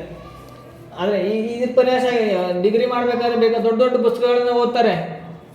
BA BSc BCom BE MD ಎಲ್ಲನೂ ಮಾಡ್ತಾರೆ ಜನ. ಶಾಸ್ತ್ರ ಓದಬೇಕು ಅಂದರೆ ಮಾತ್ರ ಅವ್ರಿಗೆ ಅಯ್ಯೋ ಆಚಾರ್ಯ ನಮ್ಗೆ ಇದೆಲ್ಲ ಅರ್ಥನೇ ಆಗಲ್ಲ, ಸಂಸ್ಕೃತ ಬರೋಲ್ಲ ನಮಗೆ ಅಂತ ಬೇಕಾದಷ್ಟು ನೆಪ ಹೇಳ್ತಾರೆ. ಹಾಗೆ ಮಾಡಬಾರ್ದು. ನಮಗೆ ಬುದ್ಧಿ ಕೊಟ್ಟಿದ್ದ ದೇವರು ಅಂದರೆ ಆ ಬುದ್ಧಿಯ ಮುಖ್ಯ ಪ್ರಯೋಜನ ಅಂದರೆ ಶಾಸ್ತ್ರಾಧ್ಯಯನನೇ. ಮಿಕ್ಕಿದ್ದು ಉಪಜೀವನಕ್ಕೆ ಎಷ್ಟು ಬೇಕೋ ಅಷ್ಟು ಓದಬೇಕು, ಇರಲಿ ಎತ್ಕಿಂಚಿದೆ ತತ್ತು. ಆ ರೀತಿಯಾಗಿ ಶಾಸ್ತ್ರಕ್ಕೆ ಬಹಳ ಕಷ್ಟ ಇದೆ ಮಹಾಭಾರತ ಅಧ್ಯಯನ ಮಾಡೋದು. ಮತ್ತು 3 ರೀತಿಯಾಗಿ ಭಾಷೆಗಳಿವೆ ಮಹಾಭಾರತದಲ್ಲಿ.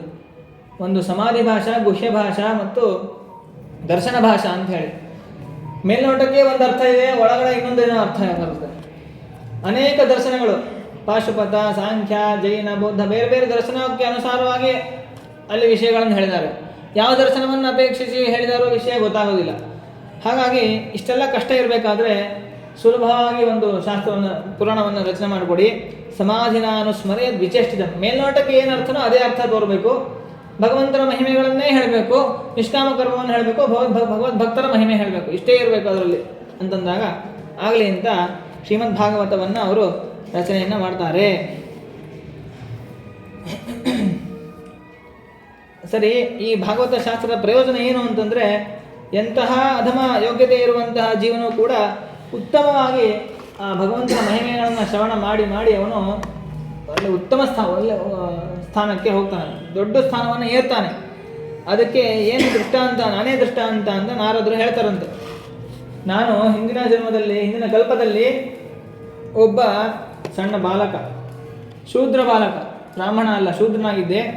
ನಮ್ಮಮ್ಮ ಶೂದ್ರ ಸ್ತ್ರೀ, ನನಗೆ ತಂದೆ ಇರಲಿಲ್ಲ. ನಮ್ಮಮ್ಮ ನನ್ನ ಕರ್ಕೊಂಡು ಒಂದು ಊರಿಗೆ ಬಂದು ಅಲ್ಲಿ ಉತ್ತಮರಾದ ಜ್ಞಾನಿಗಳು, ಸನ್ಯಾಸಿಗಳು ಏನು ಮಾಡಿದ್ರು, ಚಾತುರ್ಮಾಸ್ಯಕ್ಕೆ ಅಂತ ಕೂತ್ಕೊಂಡ್ರು. ಚಾತುರ್ಮಾಸ್ಯಕ್ಕೆ ಸ್ವಾಮಿಗಳು ಬಂದರು ಅಂತಂದರೆ ಜನಸಾಗರ ಬಂದುಬಿಡುತ್ತೆ. ಅಲ್ಲಿ ಅವರ ಉಪದೇಶವನ್ನು ಕೇಳಲಿಕ್ಕೆ, ಅವರ ಪಾದಪೂಜೆಯನ್ನು ಮಾಡಿ ಅವರಿಂದ ಅನುಗ್ರಹ ಪಡ್ಕೊಳ್ಳಿಕ್ಕೆ ಎಷ್ಟು ಜನ ಬರ್ತಾರೆ. ಈಗ ಭಾಗ್ಯನಗರದಲ್ಲಿ ನಮ್ಮ ಸ್ವಾಮಿಗಳು ಕೂತ್ಕೊಂಡಾಗ ಅಲ್ಲಿ ಕಾಲಿಡೋ ಜಾಗ ಇಲ್ಲ, ಅಷ್ಟು ಜನ. ಹಾಗೆ ಅನೇಕ ಯತಿಗಳು ಒಂದು ಕಡೆ ಚಾತುರ್ಮಾಸ್ಯಕ್ಕೆ ಅಂತ ಕೂತಿದ್ದಾರೆ. ಅವರ ಸೇವೆಯನ್ನು ಮಾಡಲಿಕ್ಕೆ ಅಂತ ನಾವು ಶೂದ್ರರ ಮುಖ್ಯ ಕರ್ತವ್ಯವೇ ತ್ರೈವರ್ಣಿಕರ ಸೇವೆ. ಬ್ರಾಹ್ಮಣ, ಕ್ಷತ್ರಿಯ, ವೈಶ್ಯ ಈ ಮೂರು ವರ್ಗದವರ ಸೇವೆಯನ್ನು ಮಾಡೋದೇ ಅವರ ಕರ್ತವ್ಯ. ಅದರಲ್ಲೂ ಬ್ರಾಹ್ಮಣರ ಸೇವೆಯನ್ನು ಮಾಡೋದು ಅವರಿಗೆ ಶ್ರೇಯಸ್ಸಾಧನವಾದದ್ದು. ಉಪಜೀವನಕ್ಕೆ ಕ್ಷತ್ರಿಯರ, ವೈಶ್ಯರ ಸೇವೆಯನ್ನು ಮಾಡಬೇಕು. ಅವರ ಶ್ರೇಯಸ್ಸಾಧನ, ಅವರ ಸದ್ಗತಿ ಆಗಬೇಕು ಅಂದರೆ ಬ್ರಾಹ್ಮಣರ ಸೇವೆ ಮಾಡಬೇಕು ಅಂತ ಹೇಳಿದ್ದಾರೆ ಮಹಾಭಾರತದಲ್ಲಿ. ಇವೆಲ್ಲ ಹೊರಗಡೆ ಹೇಳಲಿಕ್ಕೆ ಆಗೋದಿಲ್ಲ. ಹಾಗಾಗಿ ಅಂತಹ ಶೂದ್ರ ಸ್ತ್ರೀ ಅವಳು ಅವರ ಸೇವೆಯನ್ನು ಮಾಡಲಿಕ್ಕೆ ಅಂತ ಇದ್ದಾರೆ. ಈ ಬಾಲಕ ನಿತ್ಯವೂ ಕೂಡ ಅವರು ಯತಿಗಳು ಏನು ಸತ್ಕಥಾ ಲಾಭವನ್ನು, ಪ್ರವಚನವನ್ನು, ಭಗವಂತನ ಕೀರ್ತನೆಗಳನ್ನು, ನಾಮಸ್ಮರಣೆಯನ್ನು ಏನು ಮಾಡ್ತಿದ್ರು ಅಲ್ಲಿ ಕೂತ್ಕೊಂಡು, ದೂರದಲ್ಲಿ ಕೂತ್ಕೊಂಡು ಕೇಳ್ತಾ ಇರ್ತಾನೆ, ಉಪದೇಶವನ್ನು ಕೇಳ್ತಾ ಇದ್ದ. ಅವರು ಊಟ ಮಾಡಿದಂತಹ ಎಲೆಗಳನ್ನು ಬೆಳೀತಾ ಇದ್ದ, ಎಂಜಿಲನ್ನು ಮಾಡ್ತಾ ಇದ್ದ, ಎಂಜಿಲ್ ಹೋಮವನ್ನು ಮಾಡ್ತಾ ಇದ್ದ. ಆಮೇಲೆ ಅವ್ರೇನು ಕೆಲಸ ಹೇಳಿದ್ರೋ ಅದನ್ನು ಮಾಡ್ತಿದ್ದ. ಆ ರೀತಿಯಾಗಿ ಶ್ರದ್ಧೆಯಿಂದ ಅವರ ಸೇವೆಯನ್ನು ಮಾಡಿದ 4 ತಿಂಗಳು ಮಾಡ್ತಾನೆ. ಮಾಡಿದಾಗ ಅವರಿಗೆ ಅವನ ಮೇಲೆ ಅನುಕಂಪ ಬರುತ್ತೆ. ಇವನು ಬ್ರಾಹ್ಮಣ ಅಲ್ಲ, ಶೂದ್ರ, ನಮ್ಮ ಸೇವೆಯನ್ನು ಎಷ್ಟು ವಿಧವಾಗಿ ಭಕ್ತಿಯಿಂದ ಮಾಡ್ತಾ ಇದ್ದಾನೆ, ಇವನಿಗೆ ಒಂದು ಉಪದೇಶ ಮಾಡಬೇಕು ಅಂತ ಹೇಳಿ ಆ ಬಾಲಕನಿಗೆ ಕರೆದು ಉಪದೇಶವನ್ನು ಮಾಡ್ತಾರಂತೆ ಆ ಸನ್ಯಾಸಿಗಳು, ಯತಿಗಳು. ಮಾಡಿದಾಗ ಮಾಡಿ ಇದನ್ನು ನೀನು ಈ ಮಂತ್ರವನ್ನು ಅಂದರೆ ಈ ಮಂತ್ರವನ್ನು ಈ ಭಗವಂತನ ಚಿಂತನೆಯನ್ನು ಮಾಡುವಂತ ಅನುಗ್ರಹ ಮಾಡಿ ಹೋಗ್ಬಿಡ್ತಾರೆ ಚಾತುರ್ಮಾಸ ಮುಗಿಸ್ಕೊಂಡು ಯತಿಗಳು. ಆಮೇಲೆ ಅವರಮ್ಮ ಬೇರೆ ಯಾರೋ ಮನೆಯಲ್ಲಿ ಕೆಲಸ ಸೇರ್ಕೊತಾಳಂತೆ.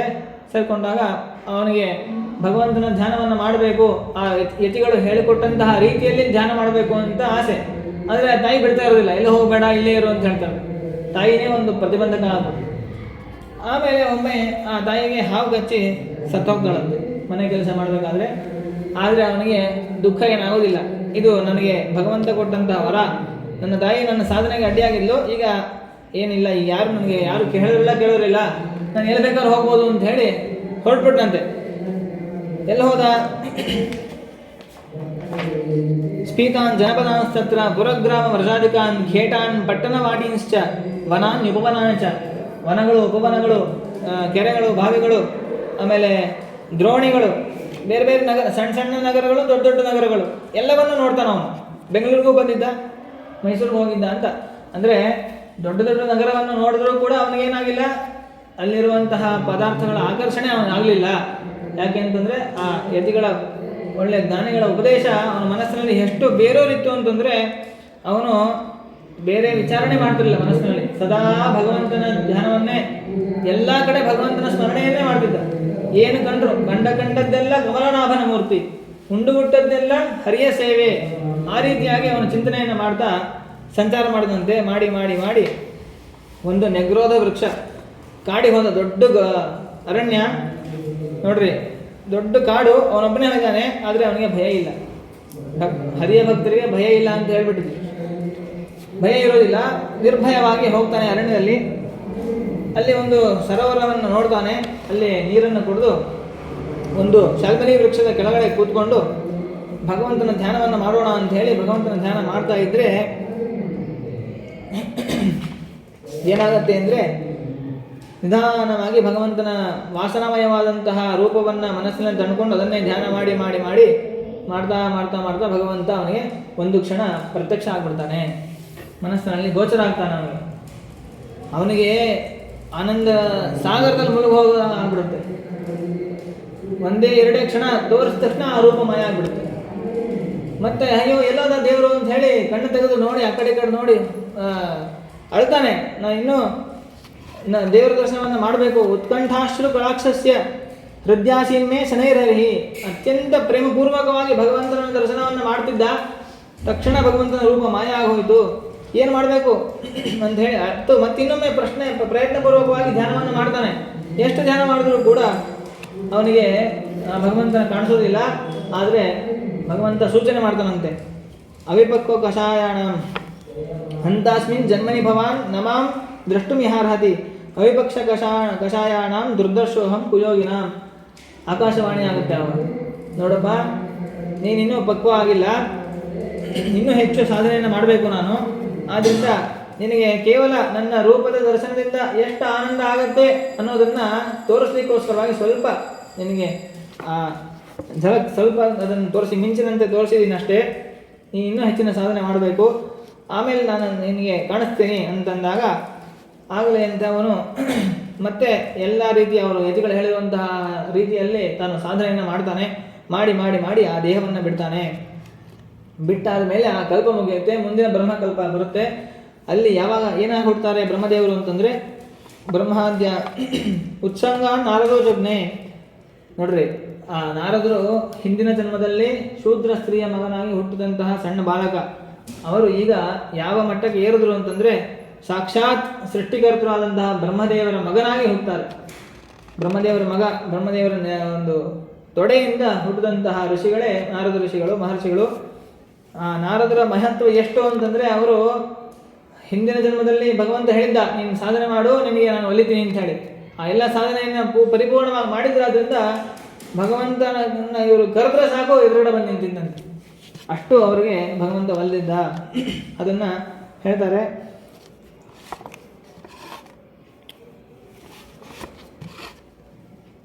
ಪ್ರಗಾಯಿತಶ್ಚ ವೀರ್ಯಾಣಿ ತೀರ್ಥಪಾದ ಪ್ರಿಯಶ್ರವಾಹ ಆಹೂತ ಇವಮೇ ಶೀಘ್ರಂ ದರ್ಶನಂ ಯಾನಿ ಚೇತಸಿ. ನಾನು ಭಗವಂತನನ್ನು ಕರೆದ್ರೆ ಸಾಕು, ನನ್ನ ಬುದ್ಧಿಯಲ್ಲಿ ಭಗವಂತ ಗೋಚರಾಗಿ ನನಗೆ ದರ್ಶನ ಕೊಡ್ತಾನೆ.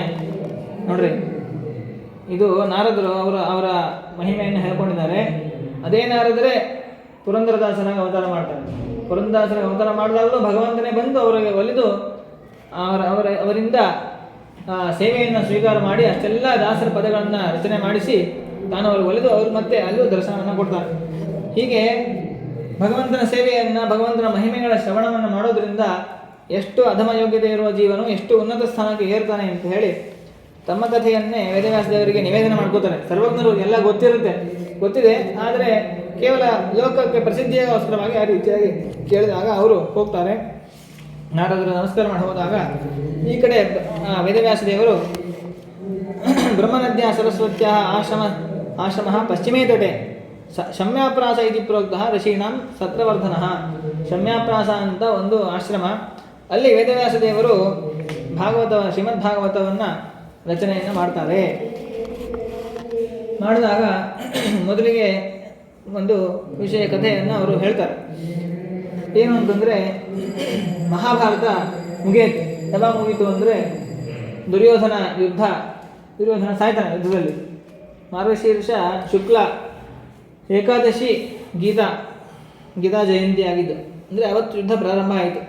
ಮಾರ್ಗಶೀರ್ಷ ಕೃಷ್ಣ ಅಮಾವಾಸ್ಯ ದುರ್ಯೋಧನ ಸತ್ತಿತ್ತು. ದುರ್ಯೋಧನ ಸತ್ತ ಮೇಲೆ ಪಾಂಡವರು ಗೆಲ್ತಾರೆ. ಆಗ ದ್ರೋಣಿ, ಕೃತವರ್ಮ, ಕೃಪಾಚಾರ್ಯರು ಈ ಒಂದು 4-5 ಜನ ಅವರು ಅರಣ್ಯಕ್ಕೆ ಹೋಗ್ಬಿಡ್ತಾರೆ. ಆಮೇಲೆ ಅಶ್ವತ್ಥಾಮಾಚಾರ್ಯ ಬರ್ತಾರಂತೆ.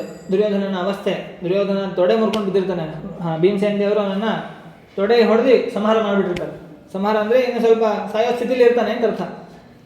ಬಿದ್ದಿರ್ತಾನೆ ರಣರಂಗದಲ್ಲಿ. ಅವನ ದೇಹ ಎಷ್ಟು ದುರವಸ್ಥೆಯಾಗಿರುತ್ತೆ ಅಂದರೆ ನಾಯಿ ನರಿಗಳು ಬಂದು ದೇಹವನ್ನು ತಿಂತಿರ್ತದೆ. ಅಷ್ಟು ಕೆಟ್ಟ ಅವಸ್ಥೆಯಲ್ಲಿ ಬಿದ್ದಿರ್ತಾನೆ ಅವನು. ಆವಾಗ ದ್ರೋಣಾಚಾರ್ಯ ಬರ್ತಾರೆ. ದ್ರೋಣಾಚಾರ್ಯ ಮಕ್ಕಳು ಅಶ್ವತ್ಥಾಮಾಚಾರ್ಯ ಬರ್ತಾರೆ. ದ್ರೋಣಿ ಬಂದು ಕೇಳ್ತಾರೆ, ನಾನು ಏನು ಮಾಡ್ಬೇಕು, ನಿನಗೋಸ್ಕರ ಏನು ಮಾಡ್ಬೇಕು ಹೇಳಿ ಮಾಡ್ತೀನಿ ಅಂತ ಹೇಳ್ತಾರಂತೆ. ಆಗ ನೋಡಪ್ಪ, ನೀನು ಮಾಡಬೇಕಾದಂತಹ ಮೊದಲನೇ ಕೆಲಸ, ನೀನು ಅಲ್ಲಿರೋ ಮಣ್ಣನ್ನು ತೊಗೊಂಡು ಪಟ್ಟಾಭಿಷೇಕ ಮಾಡ್ತಾನಂತೆ ದುರ್ಯೋಧನ. ನೀನೇ ಸೇನಾಪತಿ, ನೀನೇ ರಾಜ. ನೀನು 2 ಕೆಲಸ ಮಾಡಬೇಕು. ಒಂದು, ಪಾಂಡವರ ಸಂತತಿಯನ್ನು ನಾಶ ಮಾಡಬೇಕು. ಇನ್ನೊಂದು, ನನ್ನ ಕ್ಷೇತ್ರದಲ್ಲಿ ಸಂತಾನೋತ್ಪತ್ತಿಯನ್ನು ಮಾಡಬೇಕು. ಅಂದರೆ ನನ್ನ ಹೆಂಡತಿಯಲ್ಲಿ ನಿಯೋಗ ಪದ್ಧತಿಯಿಂದ ಮಗುವನ್ನು ಹಡಿಬೇಕು ಅಂತ ಹೇಳ್ತಾನಂತೆ. ಆಗ ಅಶ್ವತ್ಥಾಮಾಚಾರ್ಯರು ಆಗಲಿ ಅಂತ ಹೇಳ್ತಾರೆ. ನೋಡ್ರಿ, ತನ್ನ ಹೆಂಡತಿಯಲ್ಲಿ ಮಕ್ಕಳು ಪಡಿಬೇಕು ಅಂದರೆ ಅಶ್ವತ್ಥಾಮಾಚಾರ್ಯರು ಬ್ರಹ್ಮಚಾರಿಗಳವರು. ಆ ಬ್ರಹ್ಮಚಾರಿಗಳು ಪರ ಸ್ತ್ರೀಯ ಸಂಗಮವನ್ನು ಮಾಡಿದಾಗ ಆಗುತ್ತೆ, ಅಂದರೆ ಬ್ರಹ್ಮಚರ್ಯ ಹಾನಿ ಆಗುತ್ತೆ ಅವ್ರಿಗೆ. ಆದರೂ ಕೂಡ ಆಗಲಿ ಅಂತ ಒಪ್ಕೋತಾರೆ. ಅಂದರೆ ವಾಚಿಕವಾಗಿ ಬ್ರಹ್ಮಚರ್ಯವನ್ನು ಕಳ್ಕೋತಾರೆ. ಇದರ ಪರಿಣಾಮವಾಗಿ ಅವ್ರಿಗೆ ಏನಾಗುತ್ತೆ ಅಂದರೆ ಮುಂದೆ ಬ್ರಹ್ಮಾಸ್ತ್ರವನ್ನು ಬಿಟ್ಟರು ಅದನ್ನು ಉಪಸಂಹಾರ ಮಾಡ್ಕೊಳ್ಳಿಕ್ಕೆ ಶಕ್ತಿ ಬರೋದಿಲ್ಲ. ಸರಿ ಅಂತ ಹೇಳ್ತಾರೆ. ಹೋಗಿ ರಾತ್ರಿ ಮಲಗಿರತಕ್ಕಂತಹ 5 ಜನ ಉಪಪಾಂಡವರು ಇರ್ತಾರೆ, ಮಕ್ಕಳು 5 ಜನ, ದ್ರೌಪದಿಯ 5 ಪಾಂಡವರಿಗೆ ಹುಟ್ಟಿದಂತಹ 5 ಜನ ಮಕ್ಕಳು. ಅವ್ರನ್ನೆಲ್ಲ ಕೊಂದು, ರಾತ್ರಿ ಹೊತ್ತು ದುಷ್ಟದ್ಯುಮ್ನನನ್ನು ಕೊಂದು ಅವರ ತಲೆಗಳನ್ನು ತಗೊಂಡು ಬಂದು ದುರ್ಯೋಧನ ಮುಂದೆ ತೋರಿಸ್ತಾನಂತ. ನೋಡ್ರಿ, ಎಷ್ಟು ಘೋರ ಸಂಹಾರ ದೇವತೆ ರುದ್ರದೇವರು.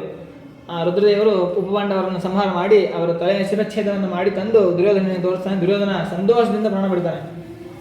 ಆಮೇಲೆ ಆಗ ಏನಾಗಬೇಕು, ಪಾಂಡವರ ಮಕ್ಕಳು ಸತ್ತಿದ್ದಾರೆ. ಒಬ್ಬ ಶಿಬಿರದಲ್ಲಿ ರಾತ್ರಿ ಹೊತ್ತು ತಪ್ಪಿಸ್ಕೊಂಡು ಹೋಗಿ ಪಾಂಡವರಿಗೆ ಹೇಳ್ತಾನೆ, ಸ್ವಾಮಿ, ನಿಮ್ಮ ಮಕ್ಕಳನ್ನು ಅಶ್ವತ್ಥಾಮಾಚಾರ್ಯ ಬಂದು ಕೊಂದುಬಿಟ್ರು ಅಂತ. ತಕ್ಷಣ ಅರ್ಜುನ, ಭೀಮ ಇಬ್ಬರೂ ಕೂಡ ರಥದಲ್ಲಿ ಹೋಗಿ ಅಟ್ಟಿಸ್ಕೊಂಡು ಹೋಗ್ತಾರೆ. ಅಶ್ವತ್ಥಾಮಾಚಾರ್ಯನ ಹಿಡ್ಕೊಂಡ್ಬರ್ಬೇಕು ಅಂತ ಹೇಳಿ. ಅಶ್ವತ್ಥಾಮಾಚಾರ್ಯ ಭಯ ಆಗ್ಬಿಡುತ್ತೆ. ಬರ್ತಾರೆ ಇವರು ಅಂತ ಹೇಳಿ ಆ ರಥದಲ್ಲಿ ಇವರು ಏರಿ ಓಡ್ ಹೋಗ್ತಾರೆ. ಅವ್ರು ಮುಂದೆ ಹೋಗ್ತಾರೆ, ಇವರು ಅಟ್ಟಿಸ್ಕೊಂಡು ಹೋಗ್ತಾರೆ. ಕೃಷ್ಣ ಪರಮಾತ್ಮ ಸಾರಥ್ಯವನ್ನು ಮಾಡ್ತಾರೆ ಅರ್ಜುನನಿಗೆ. ಎಷ್ಟು ದೂರ ಹೋಗಬೇಕು, ಕುದುರೆ ಎಷ್ಟು ಶಕ್ತಿ ಇರುತ್ತೋ ಅಷ್ಟು ದೂರ ಹೋಗುತ್ತೆ. ಆಮೇಲೆ ಕುದುರೆ ಸತ್ತು ಬೀಳುತ್ತೆ. ಆಗ ಇವ್ರಿಗೆ ಭಯ ಆಗುತ್ತೆ, ಬಂದು ಹಿಡ್ಕೊಂಡ್ಬಿಡ್ತಾರೆ ನನ್ನ ಅಂತ ಹೇಳಿ ಬ್ರಹ್ಮಾಸ್ತ್ರವನ್ನು ಬಿಡ್ತಾರೆ ಅಶ್ವತ್ಥಾಮಾಚಾರ್ಯರು. ಬ್ರಹ್ಮಾಸ್ತ್ರವನ್ನು ಬಿಟ್ಟರೆ, ಸ್ವಾಮಿ ನಾನೇನು ಮಾಡಲಿ ಅಂತ ಅರ್ಜುನ ಕೇಳ್ದ ಕೃಷ್ಣನಿಗೆ. ಕೃಷ್ಣ ಕೃಷ್ಣ ಮಹಾಬಾಹೋ ಭಕ್ತಾನಾಂ ಅಭಯಂಕರ ತ್ವಮೇಕೋ ದಹ್ಯಮಾನಾನಾಂ ಅಪವರ್ಗೋಸಿ ಸಂಸ್ಕೃತೇ. ನಾವು ಸಂಸಾರದಲ್ಲಿ ಬೆಂದು ಹೋಗ್ಬಿಟ್ರಂತಹ ನಮ್ಮಂಥವ್ರಿಗೆ ನೀನೇ ರಕ್ಷಕ. ನಾನೇನು ಮಾಡ್ಬೇಕು, ಎಲ್ಲ ಕಡೆಯಿಂದಲೂ ಬೆಂಕಿ ಬರ್ತಾ ಇದೆ ನಮ್ಮನ್ನು ಕೊಲ್ಲಲಿಕ್ಕೋಸ್ಕರವಾಗಿ. ನಾನೇನು ಮಾಡಲಿ ಹೇಳು ಅಂತಂದರೆ, ಯಾಕೆ ಯೋಚನೆ ಮಾಡ್ತೀಯಾ ನೀನು? ಈ ಒಂದು ದಾರುಣವಾದಂತಹ ಬೆಂಕಿ ಬರ್ತಾ ಇದೆಯಲ್ಲ, ಇದು ಅಶ್ವತ್ಥಾಮಾಚಾರ್ಯ ಬಿಟ್ಟಿರ್ತಕ್ಕಂಥ ಬ್ರಹ್ಮಾಸ್ತ್ರ.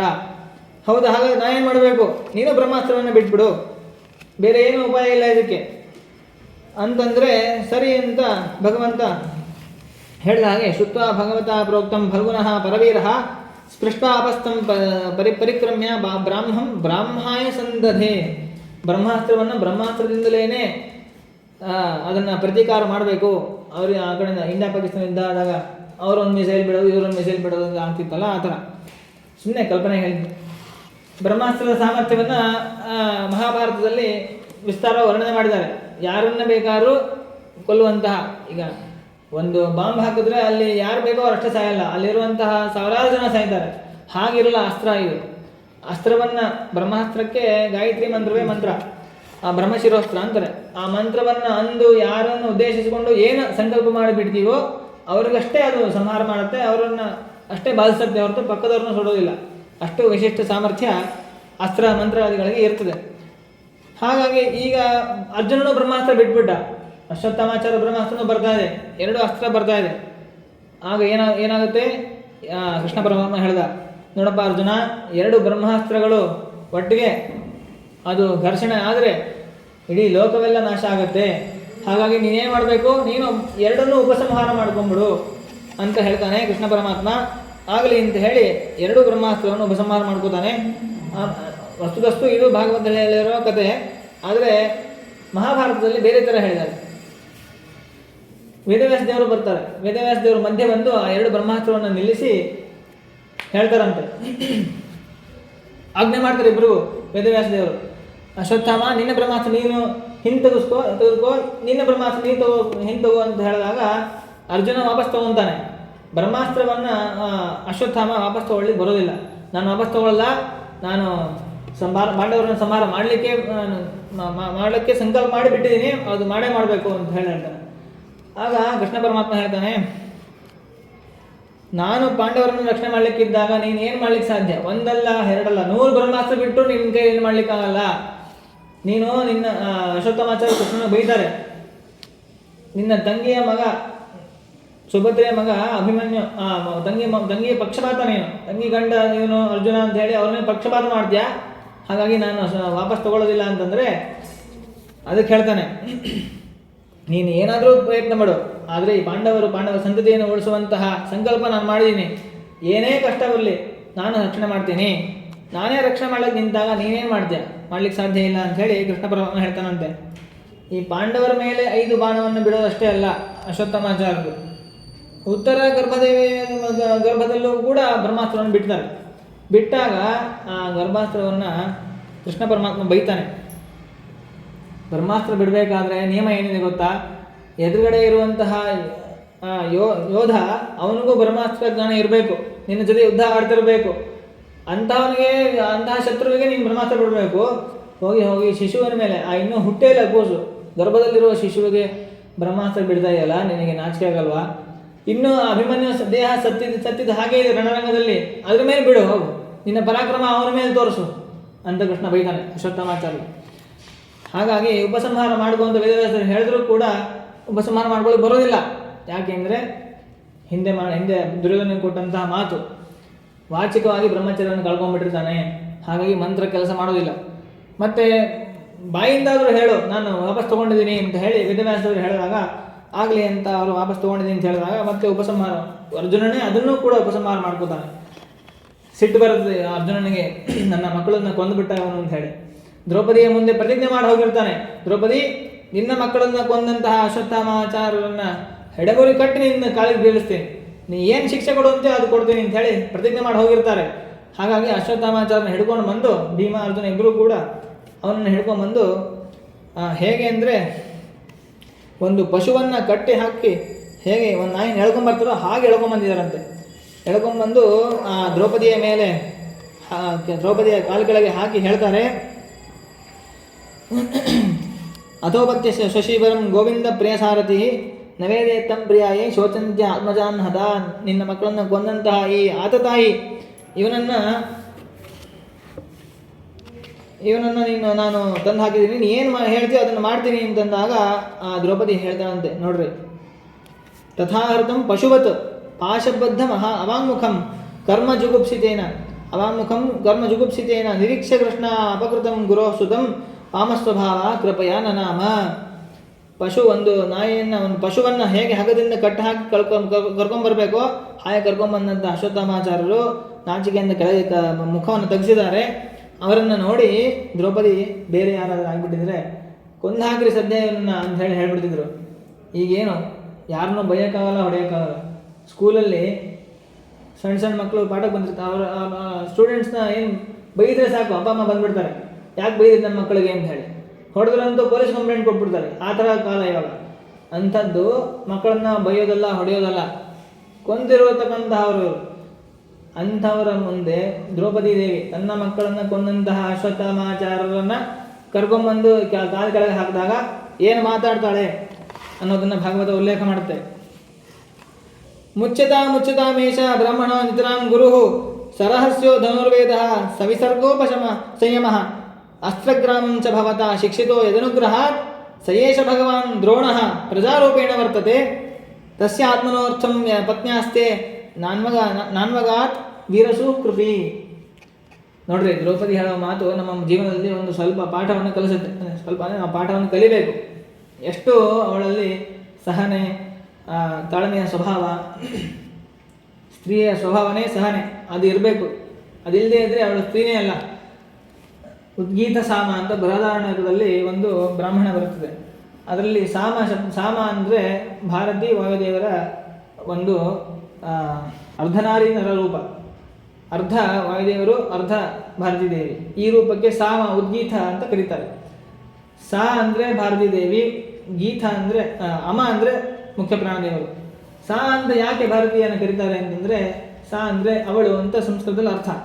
ಸ್ತ್ರೀ ಅಂದರೆ ಸ್ತ್ರೀಗೆ ಇರಬೇಕಾದಂತಹ ಎಲ್ಲ ಗುಣಗಳು ಉತ್ಕೃಷ್ಟವಾಗಿ ಇವಳಲ್ಲಿದೆ, ಅದಕ್ಕೋಸ್ಕರವಾಗಿ ಅವಳಿಗೆ ಸಾ ಅಂತ ಕರೀತಾರೆ ಅಂತ ಉಪನಿಷತ್ತಲ್ಲಿ ಹೇಳ್ತಾರೆ. ಹಾಗೆ ಸ್ತ್ರೀ ಅಂದರೆ ಕ್ಷಮಾದೇವಿ. ಭೂಮಿಯಲ್ಲಿ ಎಷ್ಟು ಕ್ಷಮೆ ಇದೆ, ನಾವು ಏನು ಮಾಡಿದ್ರೂ ಕೂಡ ಭೂಮಿ ಸಹಾಯ ಮಾಡ್ತೀವಿ, ಅದಕ್ಕೆ ಭೂಮಿ ತಾಯಿ ಅಂತ ಅದನ್ನು ಸಂಬೋಧನೆ ಮಾಡ್ತೀವಿ. ಹಾಗೆ ದ್ರೌಪದಿಯ ಗುಣವನ್ನು ಇಲ್ಲಿ ವರ್ಣನೆ ಮಾಡ್ತಾರೆ. ಬಿಡ್ರಿ ಇವನನ್ನು, ಇವರು ಯಾರು ಗುರುಗಳು ನಿಮಗೆ, ಅಶ್ವತ್ಥಾಮಾಚಾರ್ಯರು.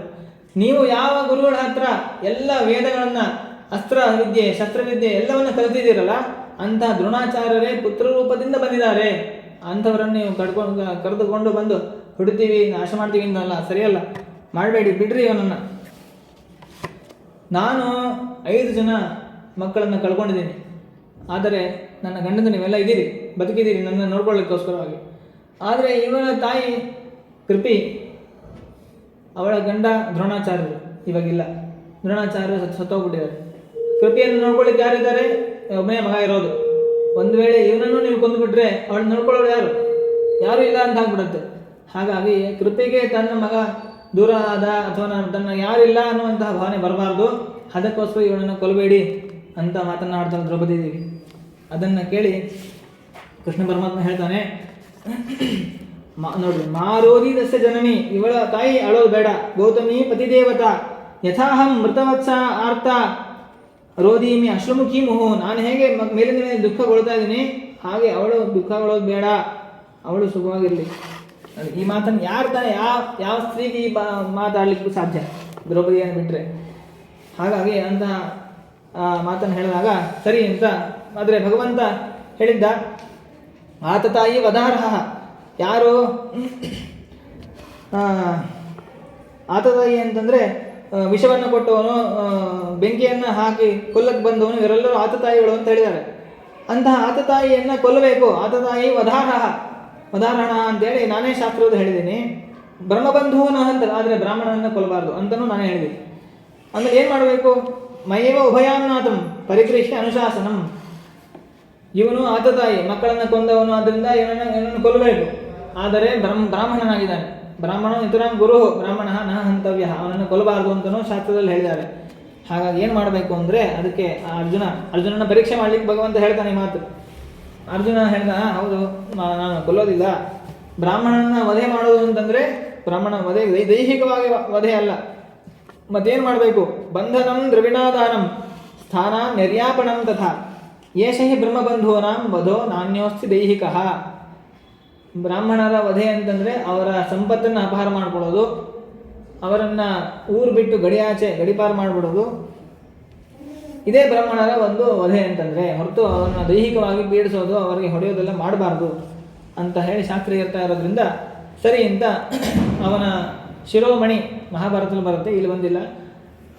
ಅಶ್ವತ್ಥಾಮಾಚಾರ್ಯರಿಗೆ ಯಾವುದೇ ವಿಧವಾದಂತಹ ರೋಗ ಮುಪ್ಪು ಅಶಕ್ತಿ ಬರಬಾರ್ದು ಅಂತೆ ಅವರು ಸಹಜವಾಗಿ ಅವರ ತಲೆ ಮೇಲೆ ಒಂದು ಮಣಿ ಇತ್ತು.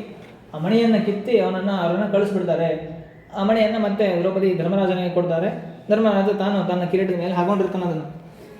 ಸರಿ ಅಂತ ಈ ಕಡೆ ಕೃಷ್ಣ ಪರಮಾತ್ಮ ದ್ರೌಪದಿಯನ್ನು ಕರ್ಕೊಂಡು ಹೋಗಿ, ದ್ರೌಪದಿ ತೋರಿಸ್ತೀನಿ ಬಾ ನಿನಗೆ ಅಂತ ಹೇಳಿ ರಣರಂಗಕ್ಕೆ ಕರ್ಕೊಂಡು ಹೋಗಿ ತೋರಿಸ್ತಾನೆ. ನೋಡು, ನಾನು ನಿನಗೆ ಪ್ರತಿಜ್ಞೆ ಮಾಡಿದ್ನಲ್ಲ, ನಿನ್ನ ಸಭೆಯಲ್ಲಿ ನಿನ್ನನ್ನು ಯಾರು ಅವಮಾನ ಮಾಡಿದ್ರಲ್ಲ, ಈ ದುಷ್ಟರಾದಂತಹ ಕೌರವರು, ಅವರ ಸಂಪೂರ್ಣ ಅವರ ಹೆಣಗಳ ಮುಂದೆ ಅವರ ಹೆಂಡತಿಯರು ಕೂದಲನ್ನು ಬಿಚ್ಚಿಕೊಂಡು ಅಳ್ತಾ ಇರುವ ದೃಶ್ಯವನ್ನು ತೋರಿಸ್ತೀನಿ ಅಂತ ಹೇಳಿದ್ದೆ. ನೋಡು, ಈ ಸಂದರ್ಭದಲ್ಲಿ ಎಲ್ಲ 100 ಜನ ಕೌರವರನ್ನು ನಿನ್ನ ಗಂಡ ಭೀಮಸೇನ ಅವರನ್ನು ಕೊಂದು ಸಂಹಾರ ಮಾಡಿ ಅವರ ಹೆಣಗಳ ಮುಂದೆ ಅವರ ಹೆಂಡತಿಯರು ಅಳ್ತಾ ಇದ್ದಾರೆ. ಆ ದೃಶ್ಯವನ್ನು ನೀನು ನೋಡು. ಆಮೇಲೆ ಅಲ್ಲಿವರೆಗೂ ನೀನು ಹೆರಳನ್ನು ಕಟ್ಟಲ್ಲ ಅಂತ ಬಿಚ್ಚಿದ್ಯಲ್ಲ, ಈಗ ಆ ದೃಶ್ಯವನ್ನು ತೋರಿಸಿದೆ. ಆಮೇಲೆ ಭೀಮಸೇನ ದೇವರು ಆಮೇಲೆ ಆ ವೇಣಿ ಸಂಹಾರವನ್ನು ಮಾಡ್ತಾರೆ. ಆ ಸಂದರ್ಭದಲ್ಲಿ ಮತ್ತೆ ಕೃಷ್ಣ ಪರಮಾತ್ಮ ಎಲ್ಲ ಯುದ್ಧ ಎಲ್ಲ ಆದಮೇಲೆ ತಾನು ದ್ವಾರಕ್ಕೆ ಹೋಗಿ ಬರ್ತೀನಿ ಅಂತ ಹೇಳಿ ರಥವನ್ನು ಏರಿ ಇನ್ನೇನು ಹೋಗಬೇಕು ಅನ್ನೋ ಅಷ್ಟರಲ್ಲಿ ಉತ್ತರಾದೇವಿ ಬರ್ತಾಳಂತೆ. ಸ್ವಾಮಿ ಪಾಹಿ ಪಾಹಿ ಮಹಾಬಾಹೋ ದೇವದೇವ ಜಗತ್ಪತೆ ನಾಣ್ಯಂ ತದಯ ಪಶ್ಯೆ.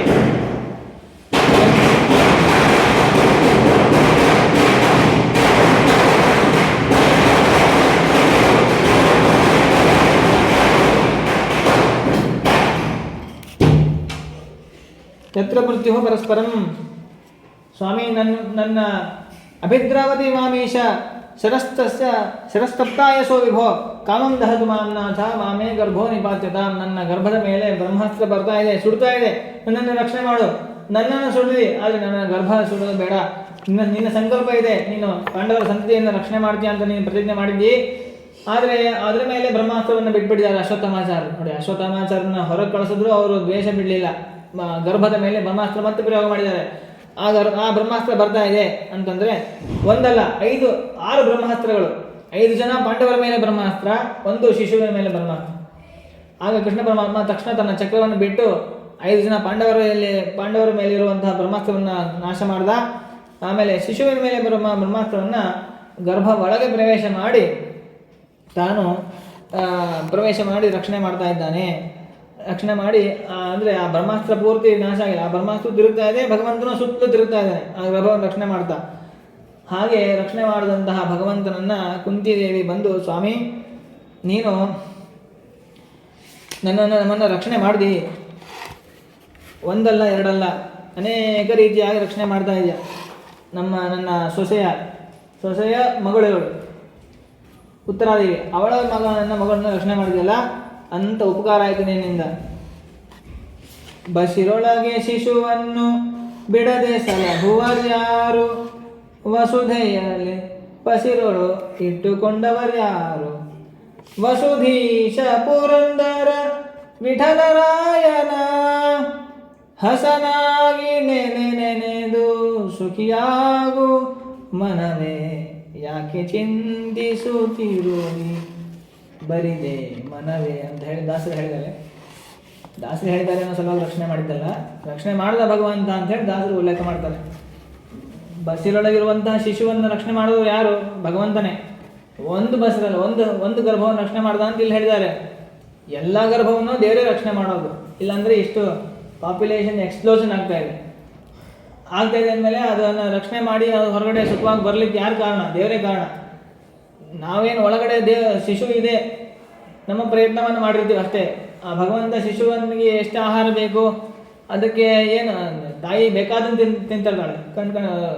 ಏನದು ಹುಳಿ, ಖಾರ, ಉಪ್ಪು ಎಲ್ಲ ರೀತಿಯಾದಂತಹ ಆಹಾರವನ್ನು ತೊಗೊತಿರ್ತಾಳೆ.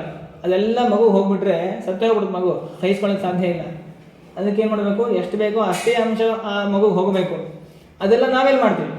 ನಾವೇನು ಒಳಗಡೆ ಹೋಗಿ ಎಷ್ಟು ಬೇಕೋ ಅಷ್ಟನ್ನೇ ಸಪ್ಲೈ ಮಾಡ್ತೀವಿ ಮಗುಗೆ? ಏನಿಲ್ಲ, ದೇವರೇ ಒಳಗಡೆ ಬಂದು ನಿಂತು ಮಾಡಬೇಕು. ಎಷ್ಟು ನ್ಯೂಟ್ರಿಯೆಂಟ್ಸು, ಎಷ್ಟು ಪ್ರೋಟೀನ್ಸು, ಎಷ್ಟು ಕಾರ್ಬೋಹೈಡ್ರೇಟ್ಸ್ ಎಲ್ಲವನ್ನು ವ್ಯವಸ್ಥೆ ಮಾಡೋದು ದೇವರು. ಅದು ಪೂರ್ತಿ 9 ತಿಂಗಳು ಬೆಳೆಯೋ ಹಾಗೆ ಅದರ ಅಂಗಾಂಗಗಳಲ್ಲಿದ್ದು ಪುಷ್ಟಿಯನ್ನು ಕೊಟ್ಟು ಅದು ಅಷ್ಟೇ ಜಾಗದಲ್ಲಿ ಎಷ್ಟು ಬೆಳಿಬೇಕು ಅಷ್ಟೇ ಬೆಳಿಬೇಕು. ಜಾಸ್ತಿ ಬೆಳೆದು ಬಿಟ್ಟರೆ ತಡ್ಕೊಳ್ಳಿಕ್ಕಾಗಲ್ಲ. ಹಾಗಾಗಿ ಆ ರಕ್ಷಣೆ ಮಾಡುವಂತಹ ಭಗವಂತ ಒಳಗಡೆ ಎಲ್ಲ ಪ್ರಾಣಿ ಪಕ್ಷಿ ಪಶು ಮನುಷ್ಯರು ಎಲ್ಲರಲ್ಲೂ ಇದ್ದು ಆ ಸರಕ್ಷಿತ ರಕ್ಷತಿ ಯೋಹಿ ಗರ್ಭೆ ಅಂತ ಹೇಳಿದಂತೆ ಗರ್ಭದಲ್ಲಿ ಇದ್ದು ಭಗವಂತ ರಕ್ಷಣೆ ಮಾಡ್ತಾನೆ. ಕುಂತಿ ಸ್ತೋತ್ರ ಮಾಡ್ತಾಳೆ. ಸ್ತೋತ್ರ ಮಾಡಿ ಸ್ವಾಮಿ ನಮ್ಮನ್ನು ವಿಷಾನ್ಮಹಾಗ್ನೇ ಪುರುಷಾದ ದಂಶನಾದ ಸತ್ಸಭಾಯ ವನವಾಸ ಕೃಚ್ಛ್ರತಃ ಮೃಧೇನೇಕ ಮಹಾರಥಾಸ್ತ್ರತೋ ದ್ರೋಣ್ಯಸ್ತ್ರತಶ್ಚಾಸ್ಮ ಹರೇಭಿರಕ್ಷಿತಾ. ಎಷ್ಟು ರೀತಿ ರಕ್ಷಣೆ ಮಾಡಿದ್ಯಾ ಸ್ವಾಮಿ. ವಿಷ ನನ್ನ ಮಗ ಭೀಮಸೇನಿಗೆ ವಿಷವನ್ನು ಹಾಕಿದ್ರು ಇವರೆಲ್ಲ, ಅದರಿಂದ ರಕ್ಷಣೆ ಮಾಡಿದ್ವಿ. ಮಹಾ ಅಗ್ನಿ ಅದು ವಾರಣಾವತದಲ್ಲಿ ಆರೋಗ್ಯನ ಮನೆಯಲ್ಲಿ ಸುಟ್ಟು ಹಾಕಿ ಪಾಂಡವರನ್ನ ಕೊಲ್ಲಬೇಕು ಅಂತ ಹೇಳಿ ಪ್ರಯತ್ನ ಮಾಡಿದ ದುರ್ಯೋಧನ, ಅದರಿಂದ ರಕ್ಷಣೆ ಮಾಡಿದ್ವಿ. ಪುರುಷಾದ ದಂಶನಾಥ್ ರಾಕ್ಷಸರು ಹಿಡಿಂಬಾಸುರ ಬಕ ಕಿರ್ಮೀರ ಕೀಚಕ ಅನೇಕ ರಾಕ್ಷಸರು ಅವರಿಂದ ರಕ್ಷಣೆ ಮಾಡಿದ್ವಿ. ಅಸತ್ಸಭಾಯ ದುಷ್ಟವಾದಂತಹ ಸಭೆ ಸಭಾಪರ್ವದಲ್ಲಿ ದುಶ್ಯಾಸನ ನನ್ನ ಸೊಸೆ ದ್ರೌಪದಿಯ ವಸ್ತ್ರ ಅಪಹರಣವನ್ನು ಮಾಡ್ದ, ಅದರಿಂದ ನೀನು ಅಕ್ಷಯ ವಸ್ತ್ರವನ್ನು ಕೊಟ್ಟು ರಕ್ಷಣೆ ಮಾಡಿದ್ವಿ. ಮೃಧೆ 1-2 ಯುದ್ಧಗಳು, ಅನೇಕ ಯುದ್ಧಗಳು, ವನವಾಸದಲ್ಲಿ ಯುದ್ಧ, ಮತ್ತೆ ಅಜ್ಞಾತವಾಸದಲ್ಲಿ ಯುದ್ಧ, ಅದಾದ್ಮೇಲೆ ಮತ್ತೆ ಮಹಾಭಾರತ ಯುದ್ಧ, ಅನೇಕ ಯುದ್ಧದಲ್ಲೂ ಕೂಡ ನೀನು ನನ್ನ ಮಕ್ಕಳನ್ನು ಪಾಂಡವರನ್ನು ಅನೇಕ ರೀತಿಯಲ್ಲಿ ರಕ್ಷಣೆ ಮಾಡಿದೆಯಾ. ಹೀಗೆ ಅನೇಕ ರೀತಿಯ ರಕ್ಷಣೆ ಮಾಡಿದಂತಹ ನಿನ್ನನ್ನು ನಾನು ನಮಸ್ಕಾರ ಮಾಡ್ತೀನಿ. ನಮಗೆ ಯಾವಾಗ ವಿಪತ್ತು ಬಂದಿದೆ ಆವಾಗ ನಿನ್ನ ಸ್ಮರಣ ಬಂದಿದ್ದು, ಸುಖವಾಗಿದ್ದಾಗ ಬಂದಿಲ್ಲ. ಹಾಗಾಗಿ ನಮಗೇನು ಬೇಕು ಅಂದರೆ ನೋಡಿ, ಕುಂತಿದೇವಿ ದ್ರೌಪದಿಯ ಅತ್ತೆ ಆಗಬೇಕು ಅಂದರೆ ಒಂದು ಯೋಗ್ಯತೆ ಇರಬೇಕು ಅವಳಲ್ಲಿ. ಏನು ಯೋಗ್ಯತೆ ಏನು ಅಂತ ಹೇಳ್ತಾರೆ, ವಿಪದ ಸಂತು ನಶ್ವತ್ ತತ್ರ ಜಗತ್ಪತೆ ಭವತೋ ದರ್ಶನಂ ಯತ್ ಸ್ಯಾತ್ ಅಪುನರ್ಭವ ದರ್ಶನಂ. ನಮಗೆ ಸುಖ ಕೊಡುವುದು ನಾನು ಕೇಳದ ಸ್ವಾಮಿ. ಯಾಕೆಂದರೆ ಸುಖವಾಗಿ ಇದ್ದುಬಿಟ್ರೆ ನಿನ್ನ ಸ್ಮರಣೆ ಬರೋದೇ ಇಲ್ಲ ನಮಗೂ ಅಷ್ಟೇ. ನಮಗೆ ನಾವು ಸುಖದಲ್ಲಿದ್ದಾಗ ದೇವರು ಒಂದು ದಿವಸ ಸ್ಮರಣೆ ಮಾಡಲ್ಲ, ಇಷ್ಟೆಲ್ಲ ಸುಖದಲ್ಲಿದ್ದಾನೆ ದೇವರು ನಮಗೆ ಅಂತ ಹೇಳಿ. ಅದೇ ಒಂದು ಸ್ವಲ್ಪ ಕಷ್ಟ ಬಂದರೆ, ಒಂದು ಸ್ವಲ್ಪ ಏನೋ ಅನಾರೋಗ್ಯ ಆಯಿತು, ಒಂದು ಸ್ವಲ್ಪ ಏನೋ ಹಣ ಕಳ್ಕೊಂಡ್ವಿ, ಒಂದು ಸ್ವಲ್ಪ ಏನೋ ಸಮಸ್ಯೆ ಆಯಿತು ಅಂತಂದರೆ ಸಾಕು, ದೇವ್ರು ಹೆಂಗೆ ಮಾಡ್ಬಿಟ್ಟ, ಅನ್ಯಾಯ ಮಾಡ್ಬಿಟ್ಟ ದೇವರು, ನಾವೇನು ಮಾಡಿದ್ದೀವಪ್ಪ ಅವನಿಗೆ, ಸುಮ್ಮನೆ ನಮ್ಮ ಮೇಲೆ ಇಷ್ಟೆಲ್ಲ ಕಷ್ಟ ಕೊಡ್ತಾನೆ, ನಮಗೆ ಎಷ್ಟು ಪ್ರಯತ್ನ ಪಟ್ಟರು ಪರಿಹಾರನೇ ಆಗ್ತಾ ಇಲ್ಲ ಅಂತ ಹೇಳಿ ಬ್ಲೇಮ್ ಮಾಡಿಬಿಡ್ತೀವಿ ದೇವ್ರನ್ನ. ಹಾಗೆ ಮಾಡಬಾರ್ದು. ನೋಡಿ, ಕುಂತಿದೇವಿ ಕೇಳ್ಕೊತಾಳೆ, ನಮಗೆ ಕಷ್ಟ ಬರಲಿ, ಮೇಲಿಂದ ಮೇಲೆ ಕಷ್ಟನೇ ಬರಲಿ. ಯಾಕೆ ಅಂತಂದರೆ ಭವತೋ ದರ್ಶನಂ ಯಸ್ಯ, ನಾವು ಕಷ್ಟ ಬಂದಾಗೆಲ್ಲ ನಿನ್ನ ಸ್ಮರಣೆ ಮಾಡ್ತೀವಿ, ನಿನ್ನ ಸ್ಮರಣೆ ಮಾಡಿದಾಗೆಲ್ಲ ನೀನು ನಮಗೆ ದರ್ಶನ ಕೊಡ್ತೀಯ. ನಿನ್ನ ದರ್ಶನಕ್ಕೆ ಕಾರಣವಾಗಿದೆ ಈ ಎಲ್ಲ ಕಷ್ಟಗಳು ಅಂದಮೇಲೆ ನಿನ್ನ ದರ್ಶನವೇ ನಮಗೆ ಬೇಕು, ಹಾಗಾಗಿ ಕಷ್ಟನೇ ಕೊಡು ನಮಗೆ ಅಂತ ಹೇಳಿ ಪ್ರಾರ್ಥನೆ ಮಾಡ್ತಾರಂತೆ. ಅಂದರೆ ಅವಳ ಯೋಗ್ಯತೆ ನೋಡಿ ಎಷ್ಟಿದೆ ಅಂತ. ಇನ್ನು ಅನೇಕ ರೀತಿಯಾಗಿ ಭಗವಂತನ ಸ್ತೋತ್ರವನ್ನು ಮಾಡ್ತಾರೆ. ಆಮೇಲೆ ಯುಧಿಷ್ಠಿರನಿಗೆ ಪಟ್ಟಾಭಿಷೇಕವನ್ನು ಮಾಡಿ ಭಗವಂತ ದ್ವಾರಕೆಗೆ ಹೋಗ್ತಾನೆ. ಯುಧಿಷ್ಠಿರನಿಗೆ ಪಶ್ಚಾತ್ತಾಪ ಅಲ್ಲ, ದ್ವಾರಕೆಗೆ ಹೋಗಲ್ಲ, ಅಲ್ಲೇ ಇರ್ತಾನೆ. ಆವಾಗ ಯುಧಿಷ್ಠಿರನಿಗೆ ಪಶ್ಚಾತ್ತಾಪ ಆಗುತ್ತೆ. ನಾನು ದೊಡ್ಡ ಪಾಪ ಮಾಡಿಬಿಟ್ಟಿದ್ದೀನಿ, ನಮ್ಮ ಗುರುಗಳು ತಾತ ಎಲ್ಲರನ್ನೂ ಅನ್ಕೊಂಡ್ಬಿಟ್ಟೆ, ಪಾಪ ಬಂದಿದೆ ನನಗೆ. ಇಲ್ಲಪ್ಪ, ನಿಂಗೆ ಪಾಪ ಬಂದಿಲ್ಲ, ದುರ್ಯೋಧನ ಮಹಾ ದುಷ್ಟ ನೀಚ ಪಾಪಿ, ಅವನನ್ನು ಕೊಂದಿದ್ದೀನು, ನಿನಗೆ ಅದು ಒಳ್ಳೆ ಕೆಲಸನೇ ಮಾಡಿದ್ಯಾ, ಪುಣ್ಯನೇ ಬಂದಿದೆ, ಪಾಪ ಬಂದಿಲ್ಲ ಅಂತ ಯಾರು ಹೇಳ್ತಾರೆ? ಎಲ್ಲ ಮುನಿಗಳು, ವಸಿಷ್ಠಾದಿ ಋಷಿಗಳು ಎಲ್ಲರೂ ಬಂದು ಹೇಳ್ತಾರೆ.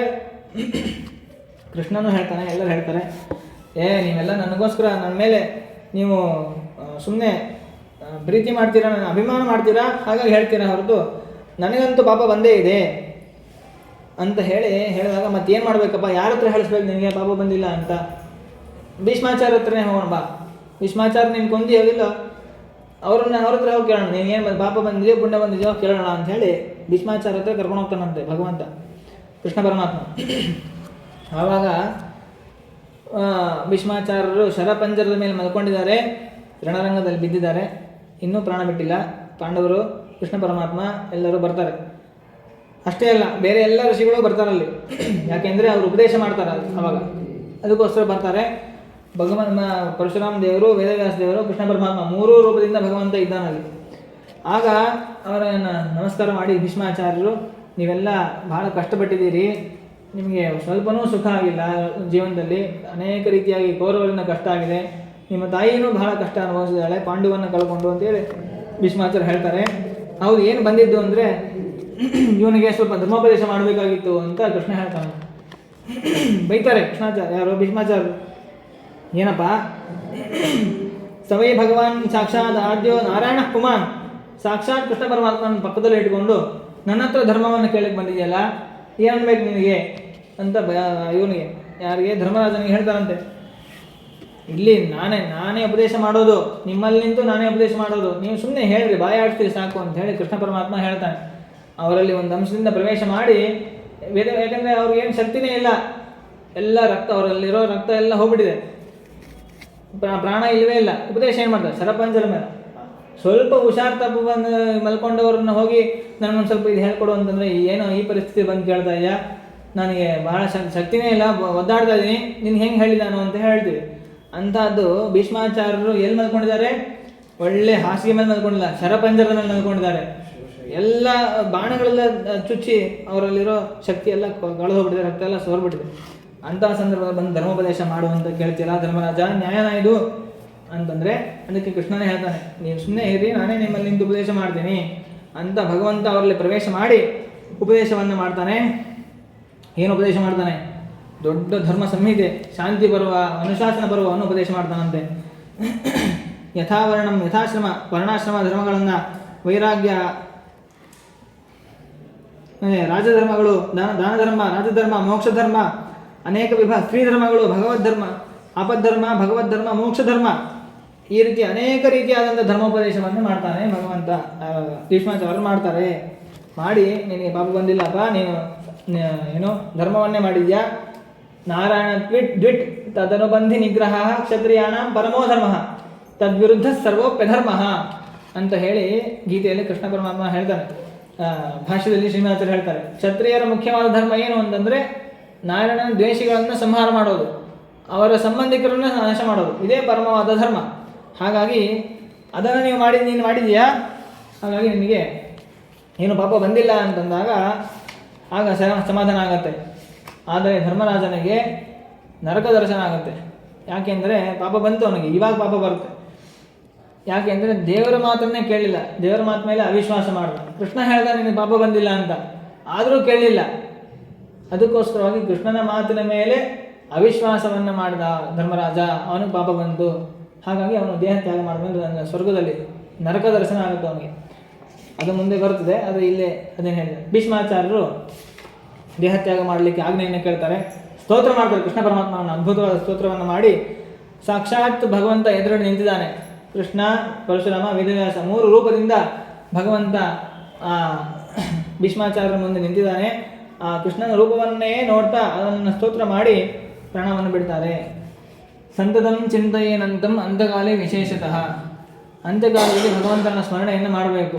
ಸ್ಮರಣೆ ಮಾಡ್ತಾ ಮಾಡ್ತಾ ಬಿಟ್ಬಿಟ್ರೆ, ದೇಹ ಬಿಟ್ಟರೆ ಅವನಿಗೆ ಮತ್ತೆ ಜನ್ಮನೇ ಇಲ್ಲ, ಅವನು ಸಾಕ್ಷಾತ್ ಮೋಕ್ಷಕ್ಕೆ ಹೋಗಬೇಕು. ಆದರೆ ಭೀಷ್ಮಾಚಾರ್ಯರಿಗೆ ಇನ್ನೂ ಸಂಸಾರ ಇದೆ, ಮೋಕ್ಷಕ್ಕೆ ಹೋಗುವ ಹಾಗಿಲ್ಲ, ಇನ್ನೂ ಸಂಸಾರದಲ್ಲಿ ಇರುವಂತಹ ಪ್ರಾರಬ್ಧ ಕರ್ಮನೇ ಇದೆ ಅವರಿಗೆ. ಹಾಗಾಗಿ ಸ್ಮರಣೆ ಮಾಡಿ ದೇಹ ತ್ಯಾಗ ಮಾಡ್ತಾರೆ. ಸ್ಮರಣೆ ಹಿಂದಿನ ಕ್ಷಣದವರೆಗೂ ಸ್ಮರಣೆ ಇತ್ತು, ಆದಮೇಲೆ ಅವ್ರು ದೇಹ ತ್ಯಾಗ ಮಾಡಿದ್ರು ಅಂತ ಶ್ರೀನಿವಾಚಾರ್ಯ ನಿರ್ಣಯ ಬರೀತಾರೆ. ಯಾಕೆಂದರೆ ಸ್ಮರಣೆ ಮಾಡ್ತಾ ಮಾಡ್ತಾ ಬಿಟ್ಬಿಟ್ರೆ ಆವಾಗ ಅವ್ರಿಗೆ ಅಪುನರ್ಭವ, ಮತ್ತೆ ವಾಪಸ್ ಬರೋದಿಲ್ಲ ಅಂತ ಹೇಳಿ ನಿಯಮ, ಶಾಸ್ತ್ರದ ನಿಯಮ. ನಾವು ಕೂಡ ಅಂದರೆ ಯಾರೇ ಜೀವ ಅವನು ಮೋಕ್ಷಕ್ಕೆ ಹೋಗಬೇಕಾದ್ರೆ ಅವನ ಚರ್ಮ ಶರೀರದಲ್ಲಿ ಭಗವಂತನ ಸ್ಮರಣೆ ಮಾಡ್ತಾ ಮಾಡ್ತಾ ಅವನು ದೇಹತ್ಯಾಗವನ್ನು ಮಾಡ್ತಾನೆ ಅಂತ ಹೇಳ್ತಾರೆ. ಕೃಷ್ಣ ಏವಂ ಭಗವತಿ ಮನೋವಾಗ್ ದೃಷ್ಟಿವೃತ್ತಿಭಿ ಆತ್ಮಾನಮಾವೇಶ್ಯ ಸೋಂತಹ ಅಂತಶ್ವಾಸ ಉಪಾನುಮತ. ಹೀಗೆ ಭೀಷ್ಮಾಚಾರ್ಯರು ತಾವು ದೇಹತ್ಯಾಗವನ್ನು ಮಾಡ್ತಾನೆ. ಕೃಷ್ಣ ಪರಮಾತ್ಮ ದ್ವಾರಕೆಗೆ ಹೋಗ್ತಾನೆ. ದ್ವಾರಕೆಗೆ ಹೋಗಬೇಕಾದ್ರೆ ಅತ್ಯಂತ ವೈಭವ. ಎಲ್ಲ ಪಾಂಡವರು ಕಡೆಯವರು ಎಲ್ಲರೂ ಬಂದು ಅವರನ್ನು ಬೀಳ್ಕೊಡ್ತಾರೆ. ಎಲ್ಲ ಒಬ್ಬೊಬ್ಬ ಚಾಮರವನ್ನು ಬೀಸೋದು, ಛತ್ರವನ್ನು ಹಿಡಿಯೋದು, ವಾದ್ಯವನ್ನು ಬಾರಿಸೋದು, ಸ್ತೋತ್ರವನ್ನು ಮಾಡೋದು, ಈ ರೀತಿಯಾಗಿ ಮಾಡ್ಕೊಂಡು ಹೋಗಿ ರಾಜವೈಭವದಿಂದ ಅವನು ಮೆರವಣಿಗೆ ಮಾಡ್ಕೊಂಡು ಹೋಗಿ ಬೀಳ್ಕೊಡ್ತಾರೆ. ಮತ್ತು ಅದೇ ರೀತಿ ದ್ವಾರಕೆಗೆ ಬರಬೇಕಾದ್ರೂ ಕೂಡ ಆ ದ್ವಾರಕೆಯ ಜನ ಅದೇ ರೀತಿ ಸ್ವಾಗತವನ್ನು ಮಾಡ್ತಾರೆ. ಏನು ಭಗವಂತ ಸ್ತೋತ್ರವನ್ನು ಮಾಡ್ತಾರೆ ಅಲ್ಲಿರುವಂತಹ ಸ್ತ್ರೀಯರೆಲ್ಲರೂ ಕೂಡ.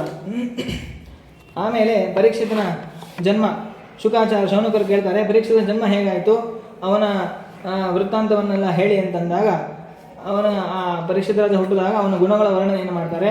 ಕೊನೆಗೆ ಅವನು ಸರ್ಪದಿಂದ ಕಚ್ಚಿ ಸಾಯ್ತಾನೆ ಅಂತ ಹೇಳಿದಾಗ ಆಗಲಿ ಅಂತ ಧರ್ಮರಾಜ ಅವನು ಸ್ವಲ್ಪ ದೊಡ್ಡನಾವ ತನಕ ಇದ್ದು ರಾಜ್ಯಭಾರವನ್ನು ಮಾಡಿ 15 ವರ್ಷಗಳ ಕಾಲ ಯುದ್ಧ ಆದ ಮೇಲೆ 36 ವರ್ಷಗಳ ಕಾಲ ಬದುಕಿರ್ತಾರೆ.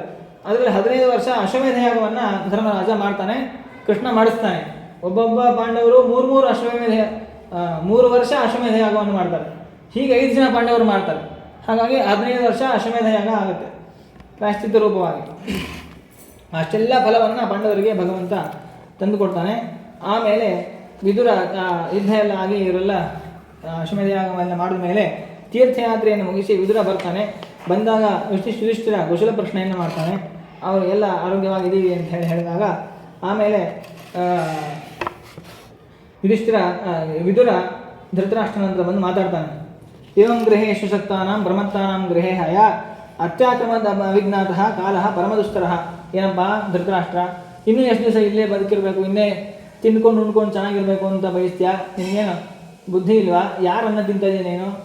ನಿನ್ನ ಮಕ್ಕಳನ್ನು ಕೊಂದಂತಹ ಭೀಮ ನೋಡಿ ಬೈತಾನೆ. ಎಷ್ಟು ಏನೋ ಕೆಟ್ಟ ಶಬ್ದವನ್ನು ಆಡಿ ಬೈತಾನೆ. ಭೀಮಾಪವರ್ಜಿತಂ ಪಿಂಡಂ ಆದತ್ಸೆ ಗೃಹಪಾಲವತ್. ನಮ್ಮ ಮನೆ ನಾಯಿಗೆ ನಾವು ಅನ್ನ ಹಾಕಿದಂಗೆ ಹಾಗೆ ನೀನು ಭೀಮ ಹಾಕಿರುವಂತಹ ಪಿಂಡವನ್ನು ತಿನ್ಕೊಂಡು ಬದುಕ್ತಾ ಇರುವಂತಹ ನಾಯಿ ಅಂತ ಬೈತಾನೆ ತಮ್ಮ ಅಣ್ಣನಿಗೆ. ವಿದುರ ನೋಡ್ರಿ ಎಂಥ ಧರ್ಮನಿಷ್ಠರ ಅಂದ್ರೆ ಅರ್ಥ. ಮನೆ ಬಿಟ್ಟು ಹೋಗಿ ವನಕ್ಕೆ ಹೋಗಿ ತಪಸ್ ಮಾಡು, ಒಂದಲ್ಲ ಎರಡಲ್ಲ 1000 ಪಾಪ ಮಾಡಿದೆ ನೀನು ಅಂತ ಅರ್ಥ.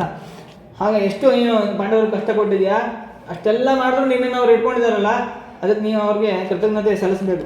ಹೋಗು ಬೇಗ ವನಕ್ಕೆ ಹೋಗು, ತಪಸ್ ಮಾಡು ಅಂತಂದಾಗ ಸರಿ ಅಂತ ಧೃತರಾಷ್ಟ್ರ, ವಿದುರ, ಕುಂತಿ, ಗಾಂಧಾರಿ ಎಲ್ಲರೂ ತಪಸ್ಸು ಮಾಡೋಕ್ಕೆ ಅಂತ ವೇದವ್ಯಾಸ ದೇವರ ಬದ್ರಿಕಾಶ್ರಮಕ್ಕೆ ಹೋಗಿ ಅಲ್ಲಿ 3 ವರ್ಷ ತಪಸ್ಸು ಮಾಡಿ ಅವರು ಅಲ್ಲಿ ದೇಹತ್ಯಾಗವನ್ನು ಮಾಡ್ತಾರೆ. ಅನಂತರದ ಪರೀಕ್ಷಿತ್ ರಾಜನ ಕಥೆಯನ್ನು ಹೇಳ್ತಾರೆ. ಪರೀಕ್ಷಿತ್ ರಾಜ ಪಟ್ಟಾಭಿಷೇಕ ಮಾಡಿಕೊಂಡು ಅವನು ರಾಜ್ಯಭಾರವನ್ನು ಮಾಡ್ತಿರ್ತಾನೆ. ಮಾಡಿದಾಗ ಒಮ್ಮೆ ಅವನು ಬೇಟೆಗೆ ಹೋಗಿರ್ತಾನೆ. ಬೇಟೆಗೆ ಹೋದಾಗ ಅಲ್ಲಿ ಶಮೀಕ ಋಷಿಗಳ ಆಶ್ರಮ ಅತ್ಯಂತ ಬಾಯಾರಿಕೆ ಆಗಿರುತ್ತೆ ಅವನಿಗೆ. ಬಾಯಾರಿಕೆಯಿಂದ ನೀರು ಬೇಕು ಅಂತ ಆಶ್ರಮಕ್ಕೆ ಹೋಗಿ ಕೇಳಿದಾಗ ನೋಡ್ರಿ, ಹಸಿವು ಬಾಯಾರಿಕೆ ಆದಾಗ ನಮ್ಮ ಬುದ್ಧಿ ನಮ್ಮ ಕೈಲಿರೋದಿಲ್ಲ, ಏನಂತ ಹಂಗೆ ಮಾತಾಡ್ಬಿಡ್ತೀವಿ, ಕೆಟ್ಟ ಕೋಪ ಬಂದ್ಬಿಟ್ಟಿರುತ್ತೆ. ಮೊದಲು ಬಂದಂಥವ್ರಿಗೆ ನೀರು ಹಾಲನ್ನು ಕೊಟ್ಟು ಏನೋ ಶಾಂತಗೊಳಿಸ್ಬೇಕು. ಆಶ್ರಮದಲ್ಲಿ ಯಾರು ಇಲ್ಲವೇ ಇಲ್ಲ, ಋಷಿಗಳು ತಪಸ್ ಮಾಡ್ತಾ ಕೂತ್ಬಿಟ್ಟಿದ್ದಾರೆ. ಋಷಿಗಳಿಗೆ ಕೇಳಿದಾಗ ಪರೀಕ್ಷಿತ್ ರಾಜ ಬೇಟೆ ಆಡ್ತಾ ಬಂದಿದ್ದಾನೆ, ನಮಗೆ ನೀರು ಸ್ವಲ್ಪ ಇದ್ರೆ ಕೊಡಿ ಅಂತ. ಪರೀಕ್ಷಿತ್ ರಾಜ ಏನು ಸಾಮಾನ್ಯ ಅಲ್ಲ, ಮಹಾಜ್ಞಾನಿ, ಚರ್ಮ ಶರೀರ ಒಂದು. ಈ ಶರೀರ ಬಿಟ್ಟರೆ ಸಾಕ್ಷಾತ್ ವೈಕುಂಠಕ್ಕೆ ಹೋಗೋದು. ಅಂತಹ ಅಪರೋಕ್ಷ ಜ್ಞಾನಿ, ಮಹಾ ಯೋಗ್ಯತೆ ಇರುವಂತಹ ರಾಜ, ಧಾರ್ಮಿಕರಾದ ರಾಜ. ಅವನು ಬಂದು ಕೇಳಿದಾಗ ಶಮೀಕ ಋಷಿಗಳು ಅವನಿಗೆ ಏನು ಉತ್ತರನೇ ಕೊಡೋದಿಲ್ಲ. ಸಿಟ್ಟು ಬಂದು ಪಕ್ಕದಲ್ಲಿರುವ ಸತ್ತ ಹಾವನ್ನು ಅವನು ಕೊರಳೆ ಹಾಕಿ ಹೋಗ್ಬಿಡ್ತಾನೆ, ಸುಸ್ತಾಗಿ ಹೋಗ್ಬಿಡ್ತಾನೆ. ಅದಕ್ಕಿಂತ ಮುಂಚೆ ಒಂದು ಘಟನೆ, ಎಲ್ಲ ಕಡೆ ದಿಗ್ವಿಜಯ ಮಾಡಬೇಕು ಅಂತ ಪರೀಕ್ಷಿತ್ ರಾಜ ಹೋದಾಗ ಅಲ್ಲಿ ಎಲ್ಲ ದೇಶದಲ್ಲಿರುವಂತಹ ಜನರು ಕೂಡ ಪಾಂಡವರ ಕೃಷ್ಣನ ಗುಣಗಾನವನ್ನು ಮಾಡೋದೇನೆ ಕೇಳ್ತಾ ಇರ್ತಾರೆ. ಸಂತೋಷ ಆಗ್ತದೆ. ಅಲ್ಲಿರುವಂತಹ ಎಲ್ಲರೂ ಕೂಡ ಯಥೇಚ್ಛವಾಗಿ ದಾನ ಧರ್ಮವನ್ನು ಮಾಡ್ತಿರ್ತಾನೆ ಪರೀಕ್ಷಿತ. ಒಂದು ಕಡೆ ಬಂದಾಗ ಒಂದು ಘಟನೆಯನ್ನು ನೋಡ್ತಾನೆ. ಒಂದು ಎತ್ತು ಅದು 3 ಕಾಲು ಕಳ್ಕೊಂಡು ಒಂದೇ ಕಾಲ ಮೇಲೆ ನಿಂತಿದೆ. ಒಬ್ಬ ಕಪ್ಪು ಬಟ್ಟೆ ಧರಿಸಿರುವಂತಹ ಒಬ್ಬ ರಾಜ, ಶೂದ್ರ ರಾಜ, ಅವನು ಹೊಡಿತಾ ಇರ್ತಾನೆ. ಅವನು ಕಲಿ ಅಂತ ಗೊತ್ತಾಗತ್ತೆ. ಬಂದು ನಿನ್ನನ್ನು ಕೊಲ್ತೀನಿ ಅಂತ ಹೇಳಿ, ನೀನು ಏನಿದು ಹೀಗೆ ಮಾಡ್ತಾ ಇದೆಯಾ, ಗೋವನ್ನು ಹತ್ಯೆ ಮಾಡ್ತಾ ಇದೆಯಾ, ನೀನು ಕಲಿ ನನ್ನ ರಾಜ್ಯದಲ್ಲಿ ಇರಬಾರ್ದು, ನಿನ್ನನ್ನು ಸಂಹಾರಣೆ ಮಾಡ್ತೀನಿ ಅಂತ ಹೇಳಿ ಕತ್ತಿ ಎತ್ತು ಸಂಹಾರ ಮಾಡಿದಾಗ ಅವನು ಶರಣಾಗತನಾಗ್ತಾನಂತೆ. ಯಾಕಪ್ಪ ಸಂಹಾರ ಮಾಡ್ತೀಯಾ, ನಾನು ನಂದೇ ಕಲಿಯುಗ ಇದು, ನನ್ನ ಯುಗದಲ್ಲಿ ನನಗೇ ಇರಬೇಡ, ಸಂಹಾರ ಮಾಡ್ತೀನಿ ಅಂದರೆ ಹೇಗೆ, ನನ್ನ ರಕ್ಷಣೆ ಮಾಡು ಅಂತ ಹೇಳಿ ಶರಣಾಗತನಾಗ್ಬಿಡ್ತಾನೆ. ಶರಣಾಗತನಾದಾಗ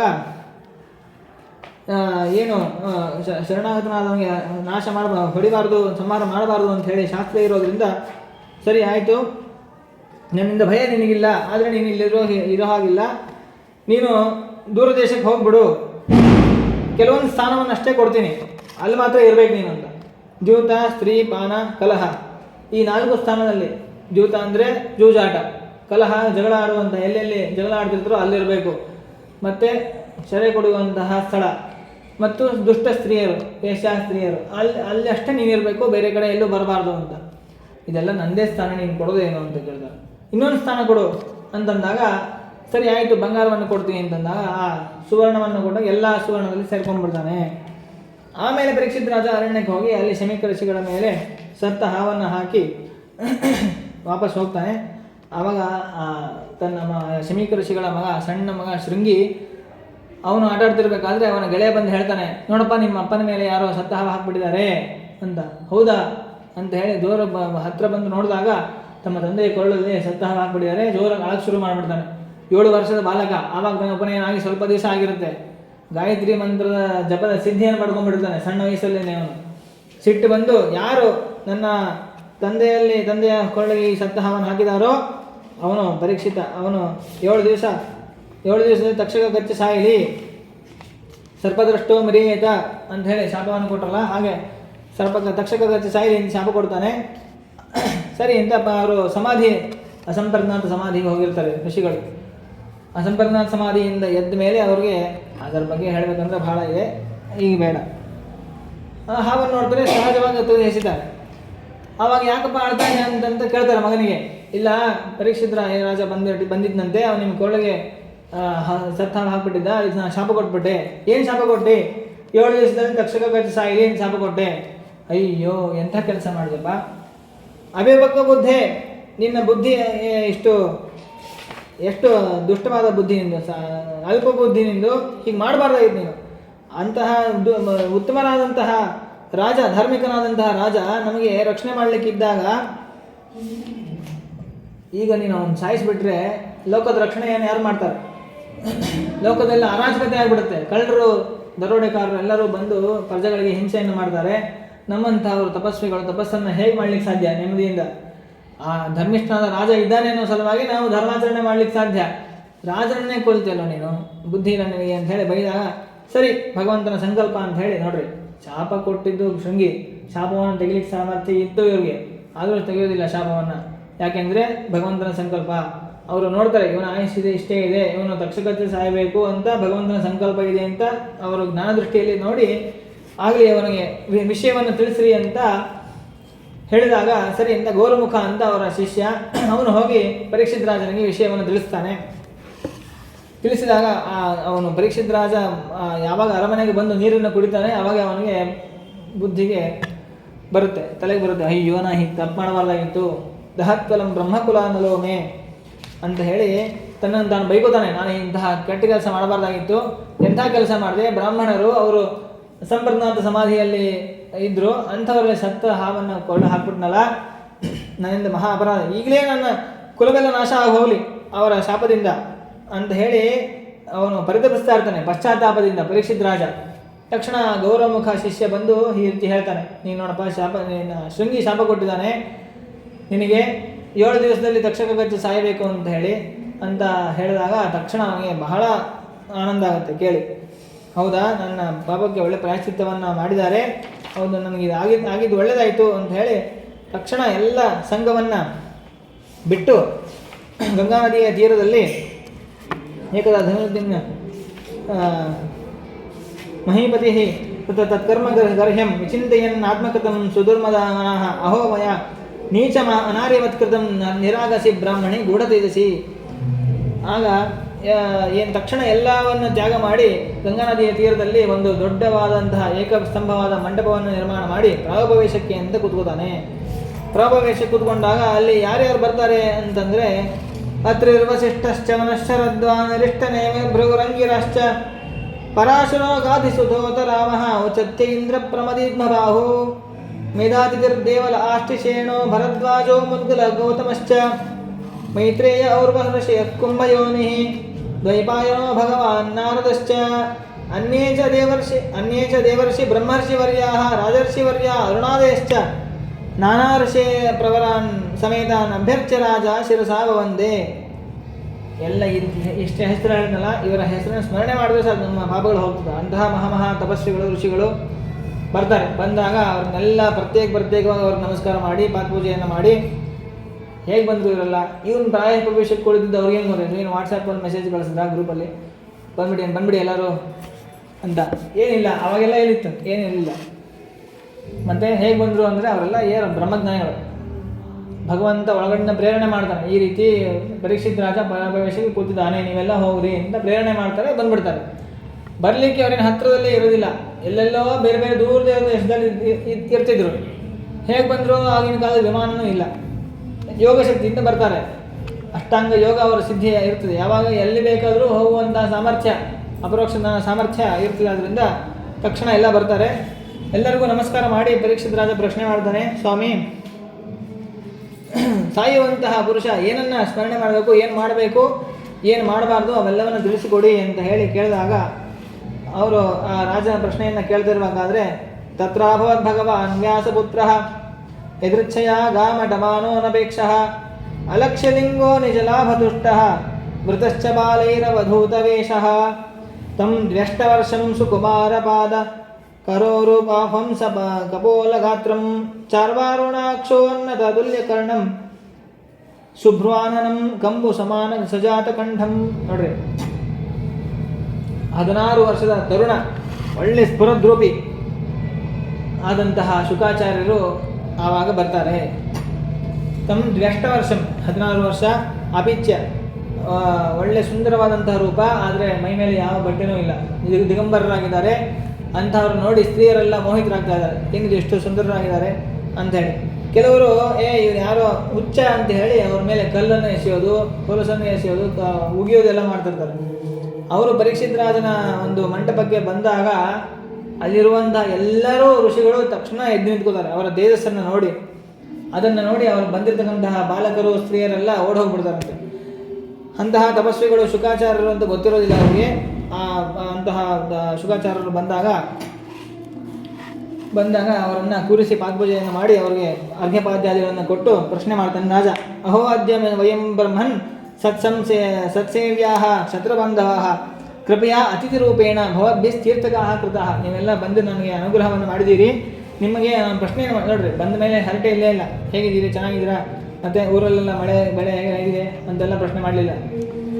ತಕ್ಷಣ ಭಗವಂತನ ವಿಷಯಕವಾಗಿ ಪ್ರಶ್ನೆ.